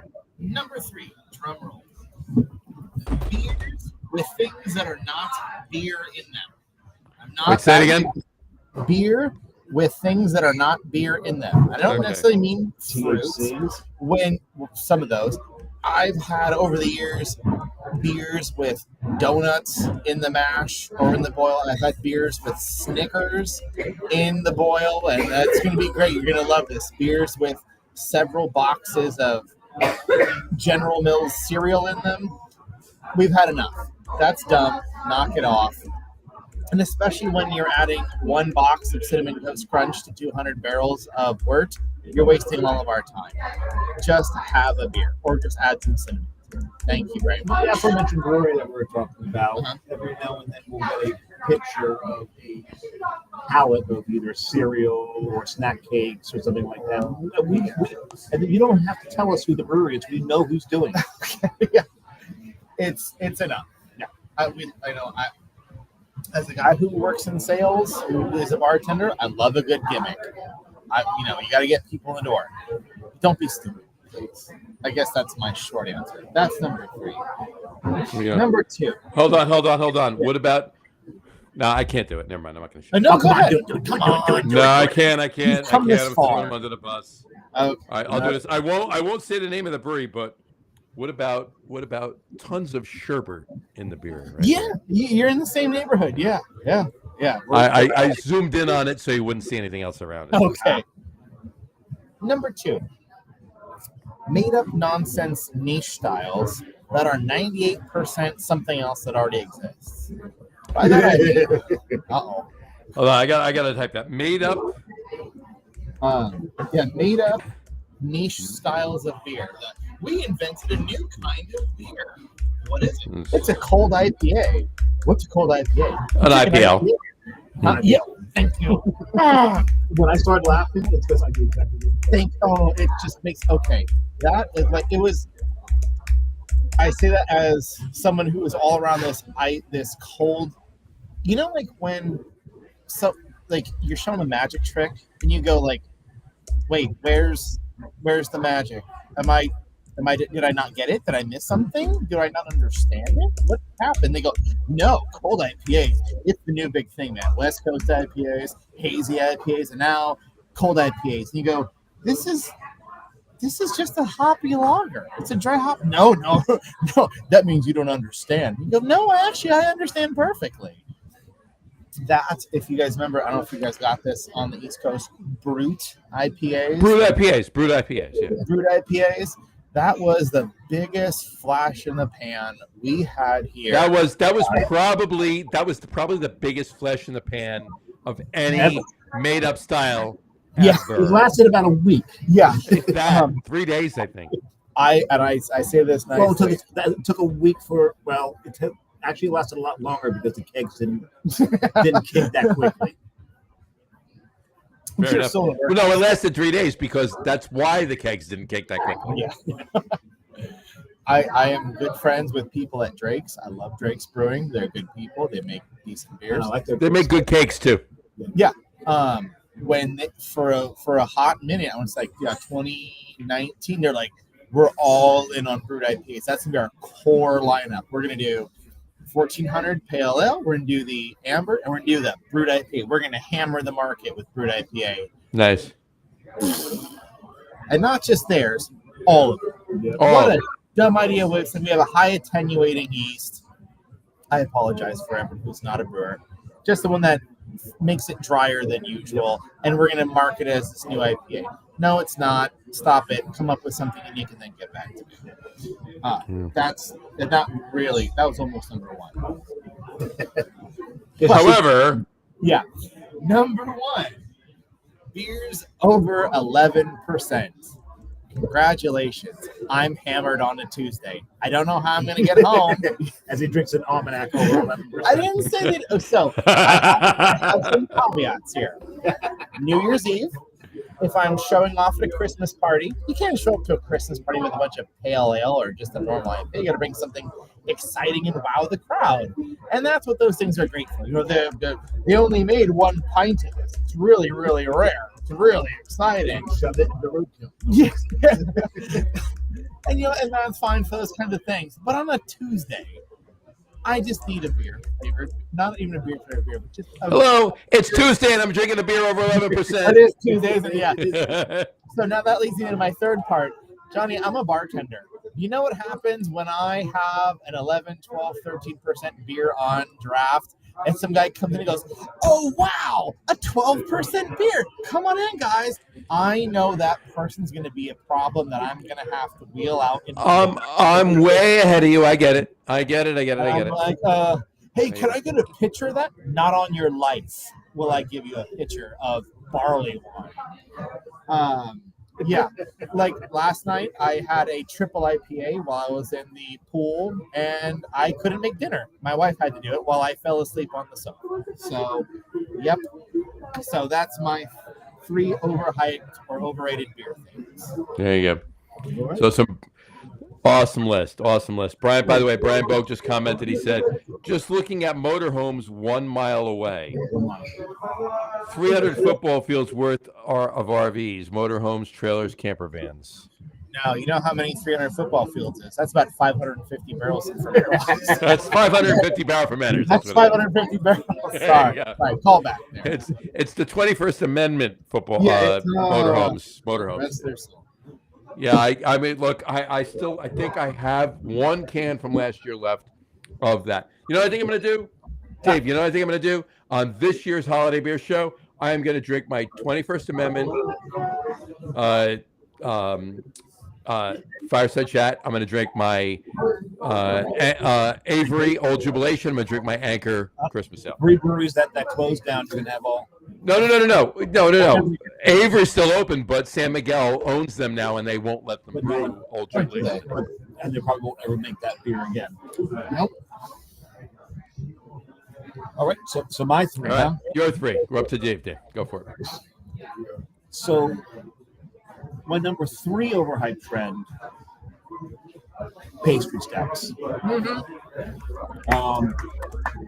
They can, and I've said this many times in the show, lactose is to beer like salt is to food.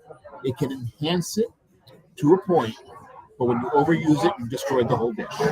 And the second that lactose becomes part of the mouthfeel, they've gone too far. And I like when lactose is used judiciously in a beer to enhance it, but when they're going straight up pastry on these and they're using it to alter the beer that drastically, I don't like that. All apologies to Angry Chair. That's their shtick. It's a Florida thing. It's a Florida thing. It's what they do. And they make some fantastic beers, and they are what they're supposed to be. But I don't like that. Number 2, IPA houses.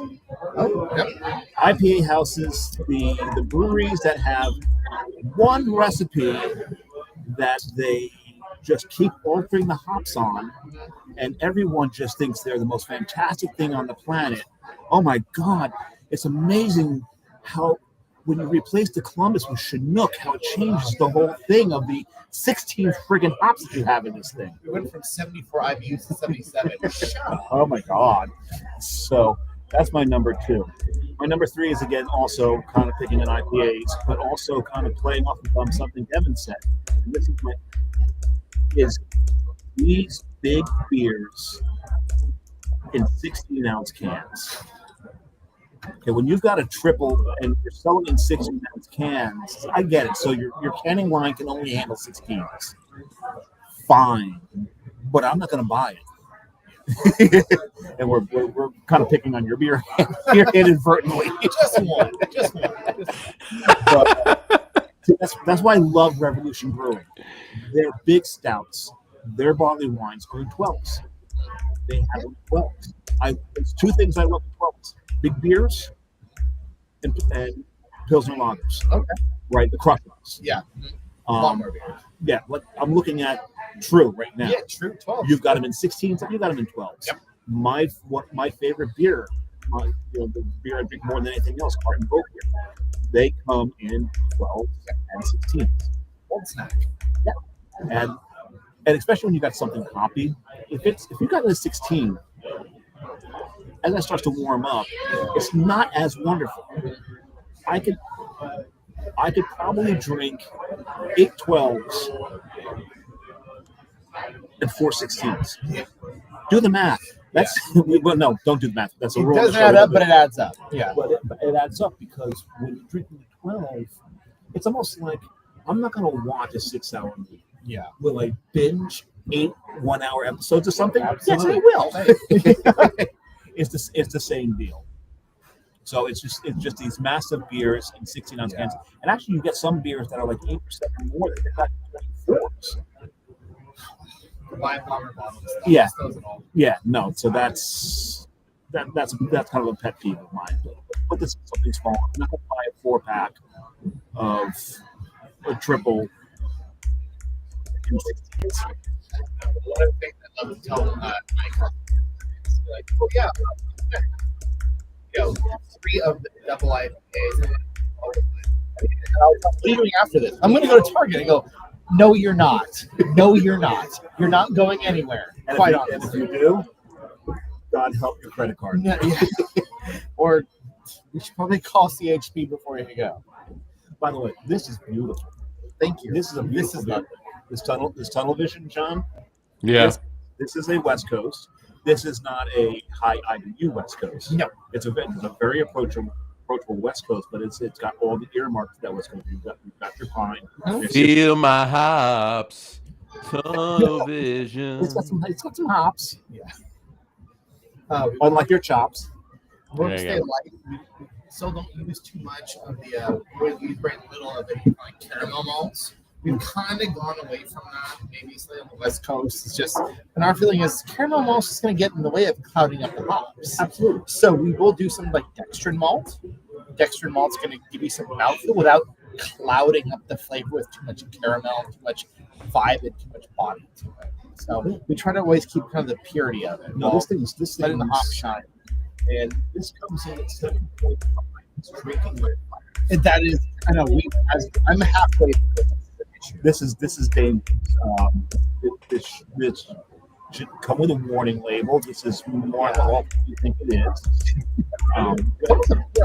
It's almost You didn't know. yeah. It's a you pale would ale. think it's a pale ale. This is fucking a lot.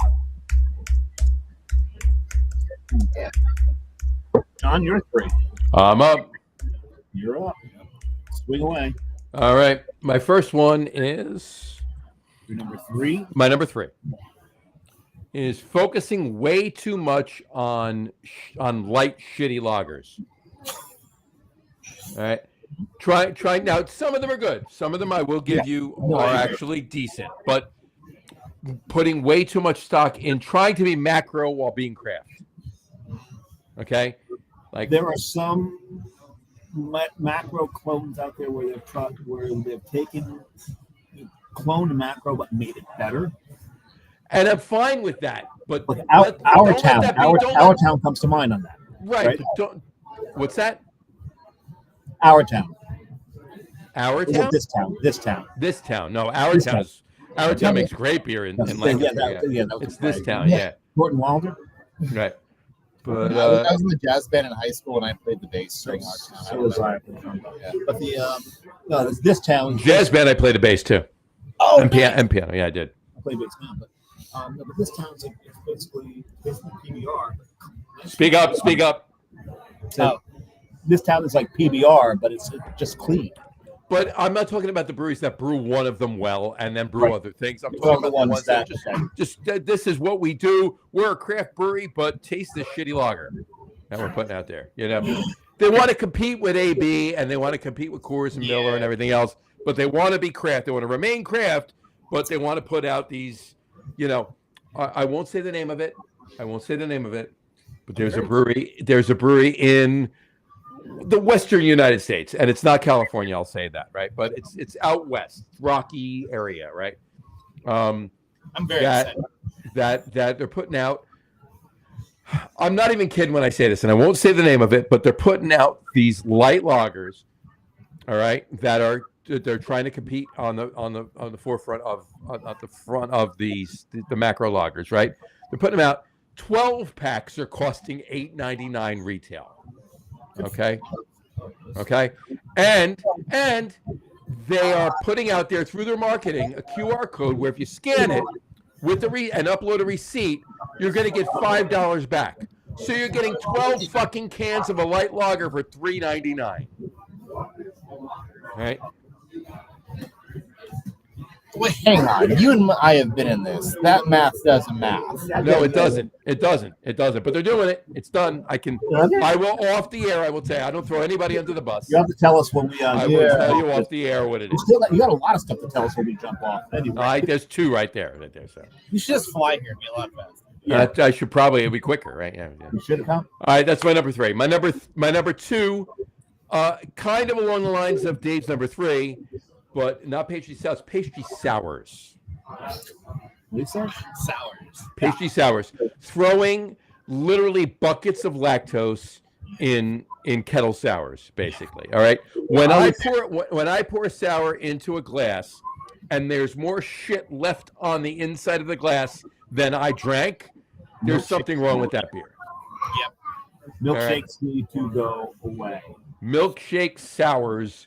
I mean, sours are amazing. The sour that I had before, and I'm not blowing any smoke up Kevy's ass. That beer was fucking amazing. All right, that is a sour. That funk-filled, amazing farmhouse ale that was barrel aged. That was pure genius in the brewing and the fermenting and the barrel aging and everything else. There was nothing about it that wasn't amazing. But the Okay. thing when you know its quality is how old is that bottle? That bottle was 2018, so that was 7 years old that I had. A 7-year-old bottle. Okay. My point in saying that, though, you take a kettle sour that you're going to make in less than 2 weeks, and you throw heaps of lactose in it, and make this milkshake sour. All right. Look, there are people out there that love it, and I'm not throwing anybody under the bus. Drink what Dave says it all the time. Drink what you want to drink. Yeah. All right. Have at it. If you love it, have at it. For me, this is me. This is my list, not everybody's list. It's my list. All right. That's not beer. It's not. All right. It's a dessert. Yeah. It's dessert. It's dessert. And my number one, and it's kind of along the lines of Dave's number two. All right. It's not exactly, but it's similar. All right. Breweries that use more that are IPA houses, like Dave said, but use more than 3 hops in one beer. Okay. There are amazing beers made with single hops. Yeah. There are amazing beers made with 2 hops that are blended strategically. Okay. You can do it with 3 hops. You start getting a 3 and you start getting a 4 and 5 and 6 and 7 and 8 hops. It's mud. What are you doing? Why? It's almost as if, hey, we have a lot of leftover hops from a single hop we've read. Let's throw all that shit in there and see what happens. We're at the end of our batch of this Right. particular hop. It's going to go bad soon. Let's just toss everything that's going to go bad soon into the kettle. If I come across a beer, and again, this is me. If you enjoy it, have at it. Knock yourself out. I will never put anybody down for drinking what they want to drink. Honestly, I won't. But for me, if I ever come across a beer that I look and it has 6 hops in it, I'm not drinking it. Yeah, it's asinine. And I think the general public, and maybe they're thrilled by that. I think that's, in my opinion, that's what I think what they're after is they're looking for a whole bunch of fancy names. They're looking for Idaho 7 and HBC 8675309 and Cryo this that. That's been renamed. It's now Jenny. Yeah, the Jenny from The Jenny beer. Right? Yeah. Hop. Yeah.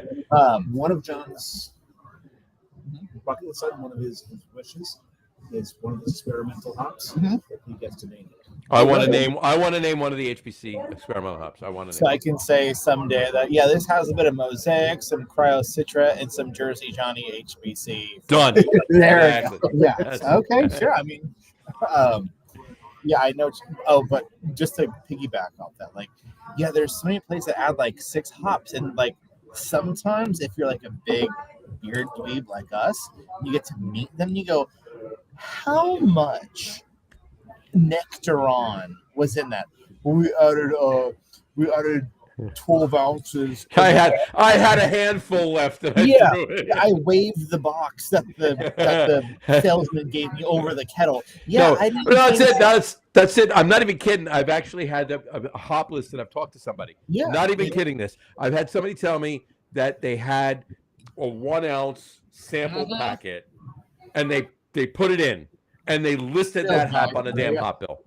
And technically they can throw that on the label, but doesn't mean it did anything. That is very frustrating when either a marketing person gets too involved in there, or or someone just throws in the whole kitchen sink hops. I used to see when I used to homebrew a lot. They used to call what's called dice hopped. You'd number all your hops, 1, 2, 3, 4, 5. So you'd roll the dice and go, I rolled a 2. That is cluster toss, and it was kind of a fun way to do things. But you can't brew a professional beer you gotta know what you're doing. You want to screw around when you're brewing 2 gallons on a stovetop. Have that. Yeah, knock yourself out. I'm supposed to do, not the professionals. I think there's a theme to all of our top 3s here, is going overboard just for the sake of going overboard. Mm-hmm. And just for that, just to try to get that wow factor without actually thinking about the end product and the quality. Yeah, I mean, I think we've seen our business is like anything else. We want to wow. We want to get people's attention, and sometimes it can kind of turn into an arms race. I've got 4 hops. I've got 5 hops, and then you and I know I can name this hop. Yeah, this. I can name this hop in one note. Yeah, but then you see that guy sometimes succeeds with 5 hops or 6 hops, and you go, I can do well. Shit, all right, well here we go. Let's see what I can do with some. Exactly. Well, I think that's a lot of the lactose usage. Yeah. Is these beers sell? Mhm. And you've got people that are drinking these things. Well, this is fantastic. Yeah. Just because there's that other thing where you have Untapped, and you have those breweries that can put out a crap beer that's going to get like a 4.2 on it just because they are who they are. Yeah. And I think a lot of that is just we're human beings. We like to be part of something. We like to be in the in. We like to be in the know.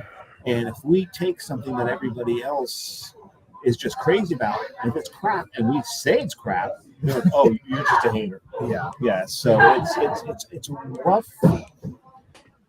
It's kind of sometimes rough to be a craft beer fan when you've got stuff like that going on all the time, because you've got to bite back your comments and some of this stuff. Yeah. It's a weird, and I'll just say, like, while I 1,000% agree with you, it is weird because there's sort of the other flip side of it, where like someone like us will try to say, like, hey, this is a great authentic beer you would like, but then the lactose crowd will go, no, but I like this. No, this is better. And you kind of have to kind of balance yourself, go like, it's what they like, and Well, if you really enjoy that. Just a case in point, because while we're waiting for the show to come on, Tim and I were talking about our travels, and I said to Kev, in Amsterdam, Speak up. world-class beer. Yeah. And the face he made. Oh, I gave him the biggest stink face I could. But I will stand behind that statement. You drink Heineken in Amsterdam, you'll wonder, what the fuck do they send us? And at first I thought it's brewed here. It's like Guinness. No, it's brewed in Amsterdam, sent here. No, and it's not just the damn green bottles. Yeah. If you get it on keg here, or if you get it in cans here, it still sucks. In Amsterdam, It's not the same beer. It's not the same beer. There's no way. You can't convince me it's the same beer that's sent here. Well, I think what they're doing is they're doing something to the beer to make it survive transit, which is taking it down. When you drink it there, I took one sip of like, this is crackery. Yeah. This is crisp. It's not crisp here. Or crackery. Yeah. Crackery Crisp. That's my next beer. The name of the beer is Crackery Crisp. This in Amsterdam, it was a beautiful beer. I mean, I was stunned. Like, no one's going to believe me when I get home. That and Kind of right. every place. Somebody's coming out with that lager next week. You watch. My friends had a couple of things Heineken. But yeah, because when I see people grabbing a Heine here, it's just like, oh, what are you doing to yourself? But there, man, it's like, I'm looking at the beer list like, Heineken. I'm gonna have another Heineken. I think I drank 4 or 5 Heinekens while I was in Amsterdam because I wanted to. Yeah. The first one, not because I wanted to, because I was in Amsterdam and figured I'm here, and sometimes the beer is better where it's brewed. Yeah, that applies. Now I gotta ask you a question. Were you tempted to look at the bartender and say, "This is delicious. Can I get a Heineken next, just to see?" No, because I didn't want to be ejected from the city. Yeah. And actually, they don't eject you from the city. They just make you stick. They just chain you to the bike lane. There you go. Let the Amsterdam. It's like being stoned to death Right. by bicycles. The only difference is you hear ching, ching, ching, ching before you die. Right. The only difference. So, all right. Kev, any parting shots for us? Parting shots. Yeah. Stuff coming up events wise at the brewery, at either space. You can Beers always coming out, anything going on in Almanac. well, we just launched our Magic IPA, which is very, very soft, very smooth, hazy IPA. People who know our love is a love IPA with a fair amount of Sabro. Now, I love Sabro. Sabro's I am a very Sabro polarizing whore. thing. I love Sabro. Sabro is the Malort of the brewing world. You You're not wrong. You really are not. You bring that up because I told him earlier my Malort shit today. I have no beef with Malort. I'm not gonna like kill myself to get some, but I'm like, yeah, if we're having Malort shots, why not? That or an Underberg, why not? Oh, 6-1, right? Yeah, I got 6-1. I got one under. Yeah. Meal Sabro. Fresh Sabro. Yep. It's fantastic. I love Sabro. I love It Sabro. deteriorates faster than any other hop that I can think of. I always tell them It rusts. yeah, it gets wonky real Yeah. fast. Dave, I think we put that in one beer you like a lot. No, I love a lot of Sabro beers, not just the one that you made, not just the lime and the coconut one. It's just after 3 months,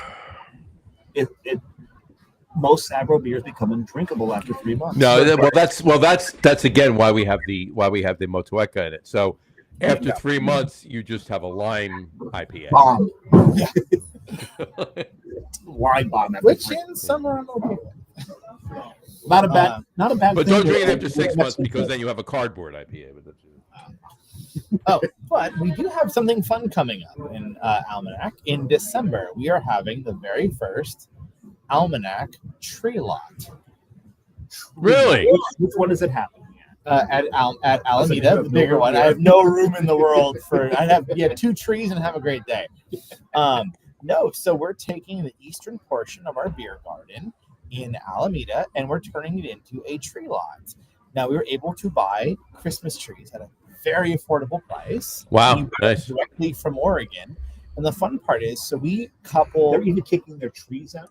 Yes, we've had enough of that. Yeah, Now, do they arrive with some Oregon beer too? I wish they did. It'd be a much better incentive. 100%. But it does say, "Don't move to Oregon. It's already full, dude." That just comes from my bitterness when I went to Oregon, and everyone in Portland's like, "Yeah, you don't need to move here. You Californians are brewing and everything." Anyways, that being said, we were doing a Christmas tree lot. Sounds like they're the Pacific Northwest version of Maine. Why the sunglasses, John? I don't know. I felt like putting them on. Well, now It was getting too bright. Oh, not okay. Now this is painful because I bought a new pair of sunglasses today. Mhm. I destroyed them within half an hour. Did you really? I had to throw them away. That sucks. You're looking a little like Keith Hernandez right now. There you go. I need a cigarette. Then I'll really look like Keith back in No, the no, 80s. I'm talking about him. Oh, him? Yeah, he's got the Keith Hernandez stash. Oh, he does. He does. I get a lot of comments on that. Is there Well, you know what? involved? Kevin, you know I love you, but I was going to say, the 70s call. They want their stash back. Oh, dude, I don't care. I love this. This is. Oh, believe me, I've had that stash. I know that stash. I love that stash. So. I should went to go get lunch. I was going to say because the only thing that matters is does she like it? No, she likes it. Yeah, you see the beard. She got tired of the goatee, which you guys have seen before. Yeah, I can't do that stash anymore. I can't, and clearly I can't do that stash anymore because of the color of it now. So I No. can't. I This can't is pull my. Do you know why I pulled you over, son? that. Mustache, or you need his sunglasses. for that. yeah, I know. So accidentally, I went to Farley's Coffee here in Oakland. I wear my Oakland Fire Department hat, which I was very Nice. proud of. We did a bunch of events with them. It was quite sad, if I'm honest. A young man who was a firefighter recruit passed away, and we had no. He actually drowned, and I organized an 800-person memorial at Almanac. They had the service on the deck of the USS Hornet, which is a couple hundred yards away from us here in You Alameda. step out the front door. And yeah, there's an aircraft carrier, but we had it, and they gave me the hat as a thank you. I went to get coffee, and they went, "Your coffee's on us. Don't worry about it." And I kept going, "Why free coffee?" And it happened once or twice. I go, "Why am I getting free coffee?" And my wife goes, "Oh, with that mustache and that hat, they think you're a firefighter." There you go. So I feel like I'm very guilty of, what do you call it? Stolen valor. Yes, that's So one of my friends, the firefighter, I go, "I think I owe you 2 cups of coffee." And he goes, "Oh, shut up." I think you did a great thing. And you deserve the call.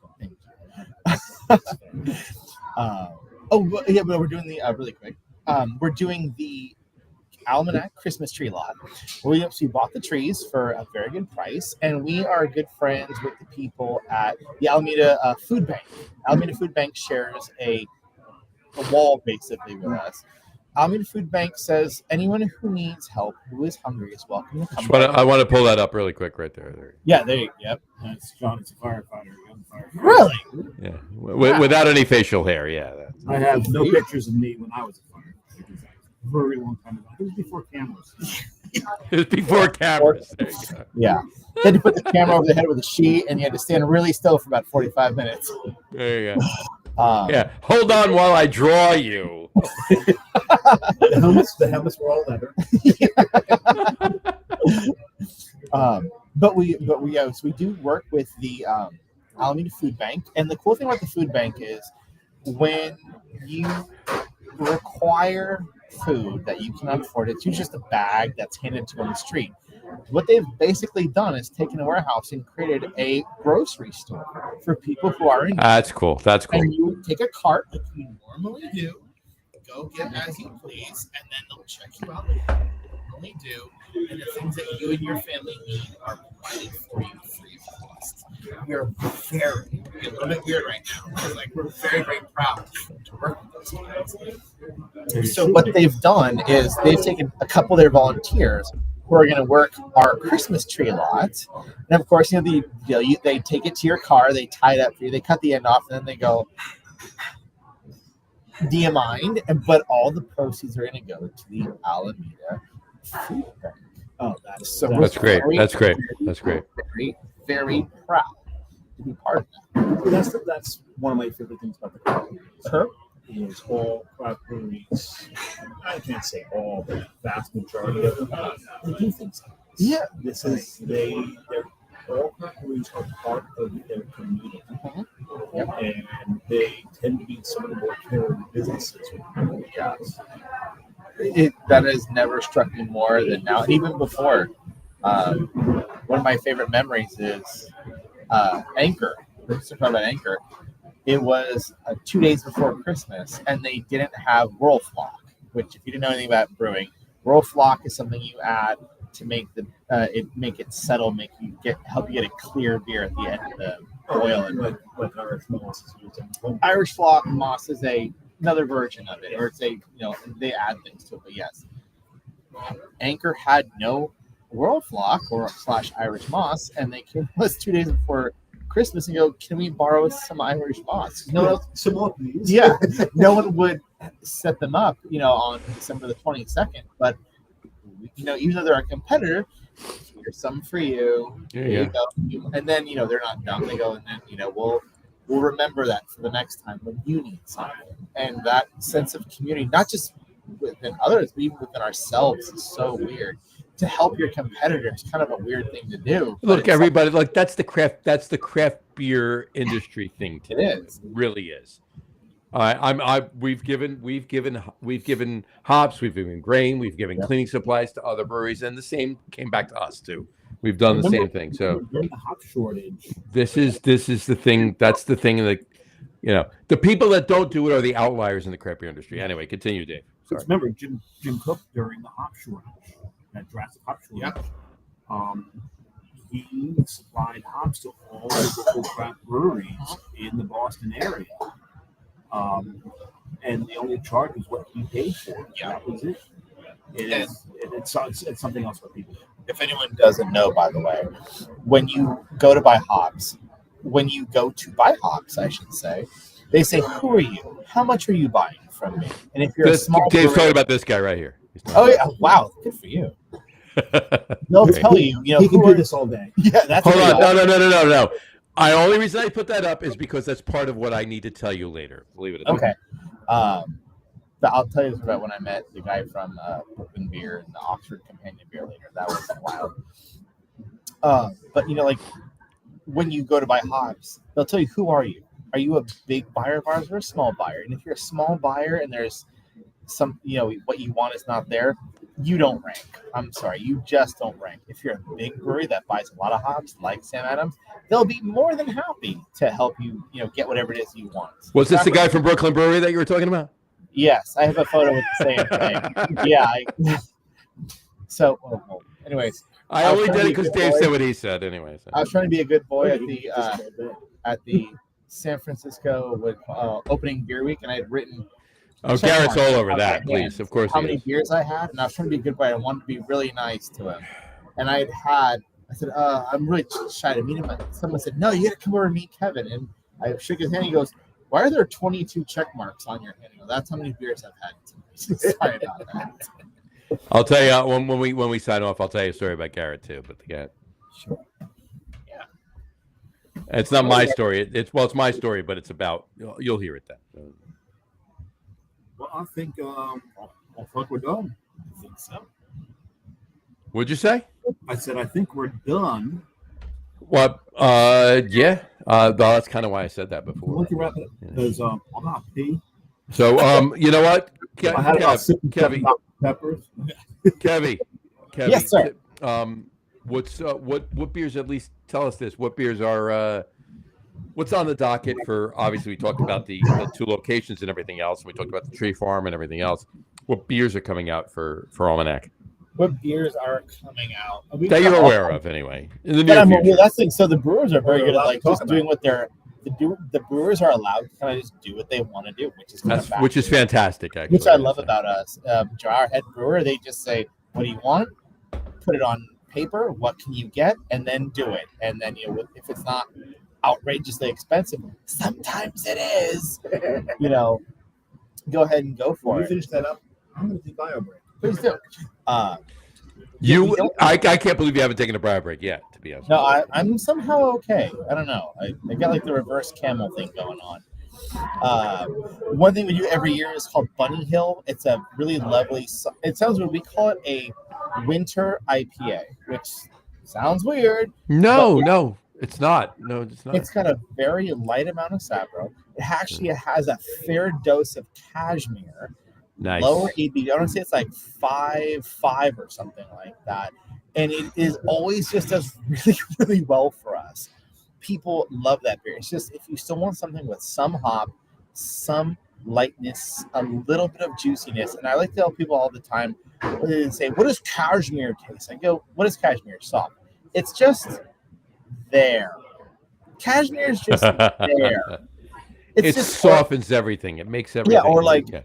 remember like the photos in the 70s and they had the filter applied to it.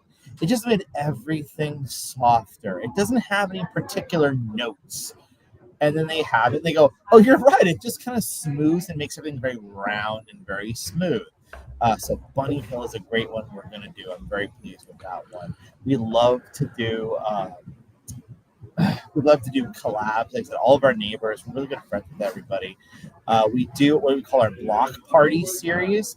Block party is just a way of us getting to know our neighbors and maybe spotlighting some of the smaller breweries that need a little bit of help. Yeah. Let me put it this way. I don't want to say it in like a pity way. Don't confuse me that way. But people that we like to spotlight that who don't have as big of a reach as we do, that we like. We've done block party with a company called Tenma Brewing. They're a fabulous, small, little new brewery. They're just kicking butt out there. Who is Tenma? The Tenma Project. They won a JBF medal not too long ago, I'm going to say. Nice. Tenma Brewing, we do events with. We do collabs with them. We've done collabs with our friends at Ghost Town here in Oakland. They have 2 locations, and they're just really fabulous. We really like those guys a lot. So spotlighting our friends and kind of like bringing other people into the spotlight, and then even vice versa. Maybe we're not as big into the small scene as other people. Well, then hey, we'll go with you. And if you want to be in the big time with bigger distributors, come with us. We'd love to do that kind of thing. There you go. That's awesome. Yeah. All right. I'm looking forward to all of that. And I got to get out there soon, too. Samurai, you have any party shots? No, I'm the one. I know you just took your parting shot in the bathroom, but that's besides it. Yeah. Shots, cribs, prods. But that's one of the things I do love at a lot of breweries is that you've got like one feeder for all genders at a bathroom. Because many places you get the men's room, women's room, and there's always a line for the women's room. The guys are going in and out, and they're done. Yeah. It's just more equitable. And you see this more and more at a lot of breweries, restaurants are starting to come along with this, where they're doing exactly what's being done here, where there's 3 restrooms. Doesn't matter who uses it. Yep. You know, and then a lot of places that have like that one sink, bank of sinks on the outside. Yeah. Exactly. But no. So Yeah. they got this going here. I really like the setup here. Thank It's you. really cool. It's awesome. This is a place that you can come hang out. There's a place that I go to outside Fort Lauderdale that was like this. What they did is they had like just one big central area. Yep. And they had like a QR code, and from that QR code you can order from any of the restaurants, Yep. or the brewery, and they deliver. QR codes outside will do that too. Yeah. Yep. Cool. There you go. That's awesome. Here, all this, what you have here on these tables on this bar, this is all hand collected wood from Santa Cruz Forest. This is pine. That's awesome. That's awesome. Love it. Not just wood. This is, like I said, this is wood that was naturally felled. And by that I mean it fell. Itself. We didn't chop it down. This is all reclaimed pine. The bar itself is a beautiful black walnut. Again, It is same thing gorgeous. taken from Santa Cruz. Beautiful black walnut. There's the bar. Now we had someone go in and collect off the forest floor, cut it, slab it, age it, oil it, and we wanted to keep the kind of natural integrity of the wood. Hence the Nice. live edge type situation. All right. That's awesome. I got definitely got to get out there soon. Drew and I Drew and Tweet. Tweet. Tweet, yeah. Drew and Tweet. It's a good name for her. Yep. That's awesome. Tweet. Definitely got to get out there soon. I'm jealous that Dave's out there. Definitely got to get out there soon. I'm jealous that Dave's out there. Definitely got to get out there soon. Yeah, you should get out here. Cheers, bud. All right. All right. On that note, Thank you guys for having me. It's been a freaking pleasure. I love it so much. I always have way too good of a time when I do these shows. always have a way too good of a time when you're on, Kevin. Oh, yes. Absolutely. Really just so thrilled that you offered up to host. Of course. And go Bombers. And I gotta tell you, all right. You're now people on the show. You've been on 3 times. I think we've mentioned it before. You told us this. We didn't come up with this for you. Kevin Drury, your nickname Kevy Spaghetti.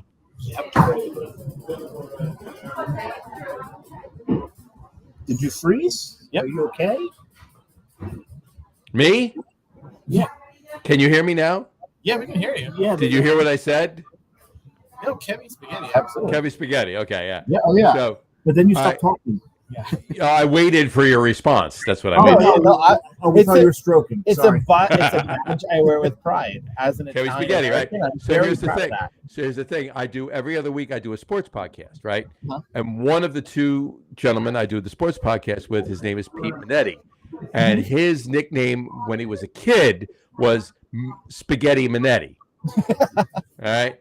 So he and I 25 years ago had a sports show on radio, and we were Spaghetti and the Meatball. So there you go.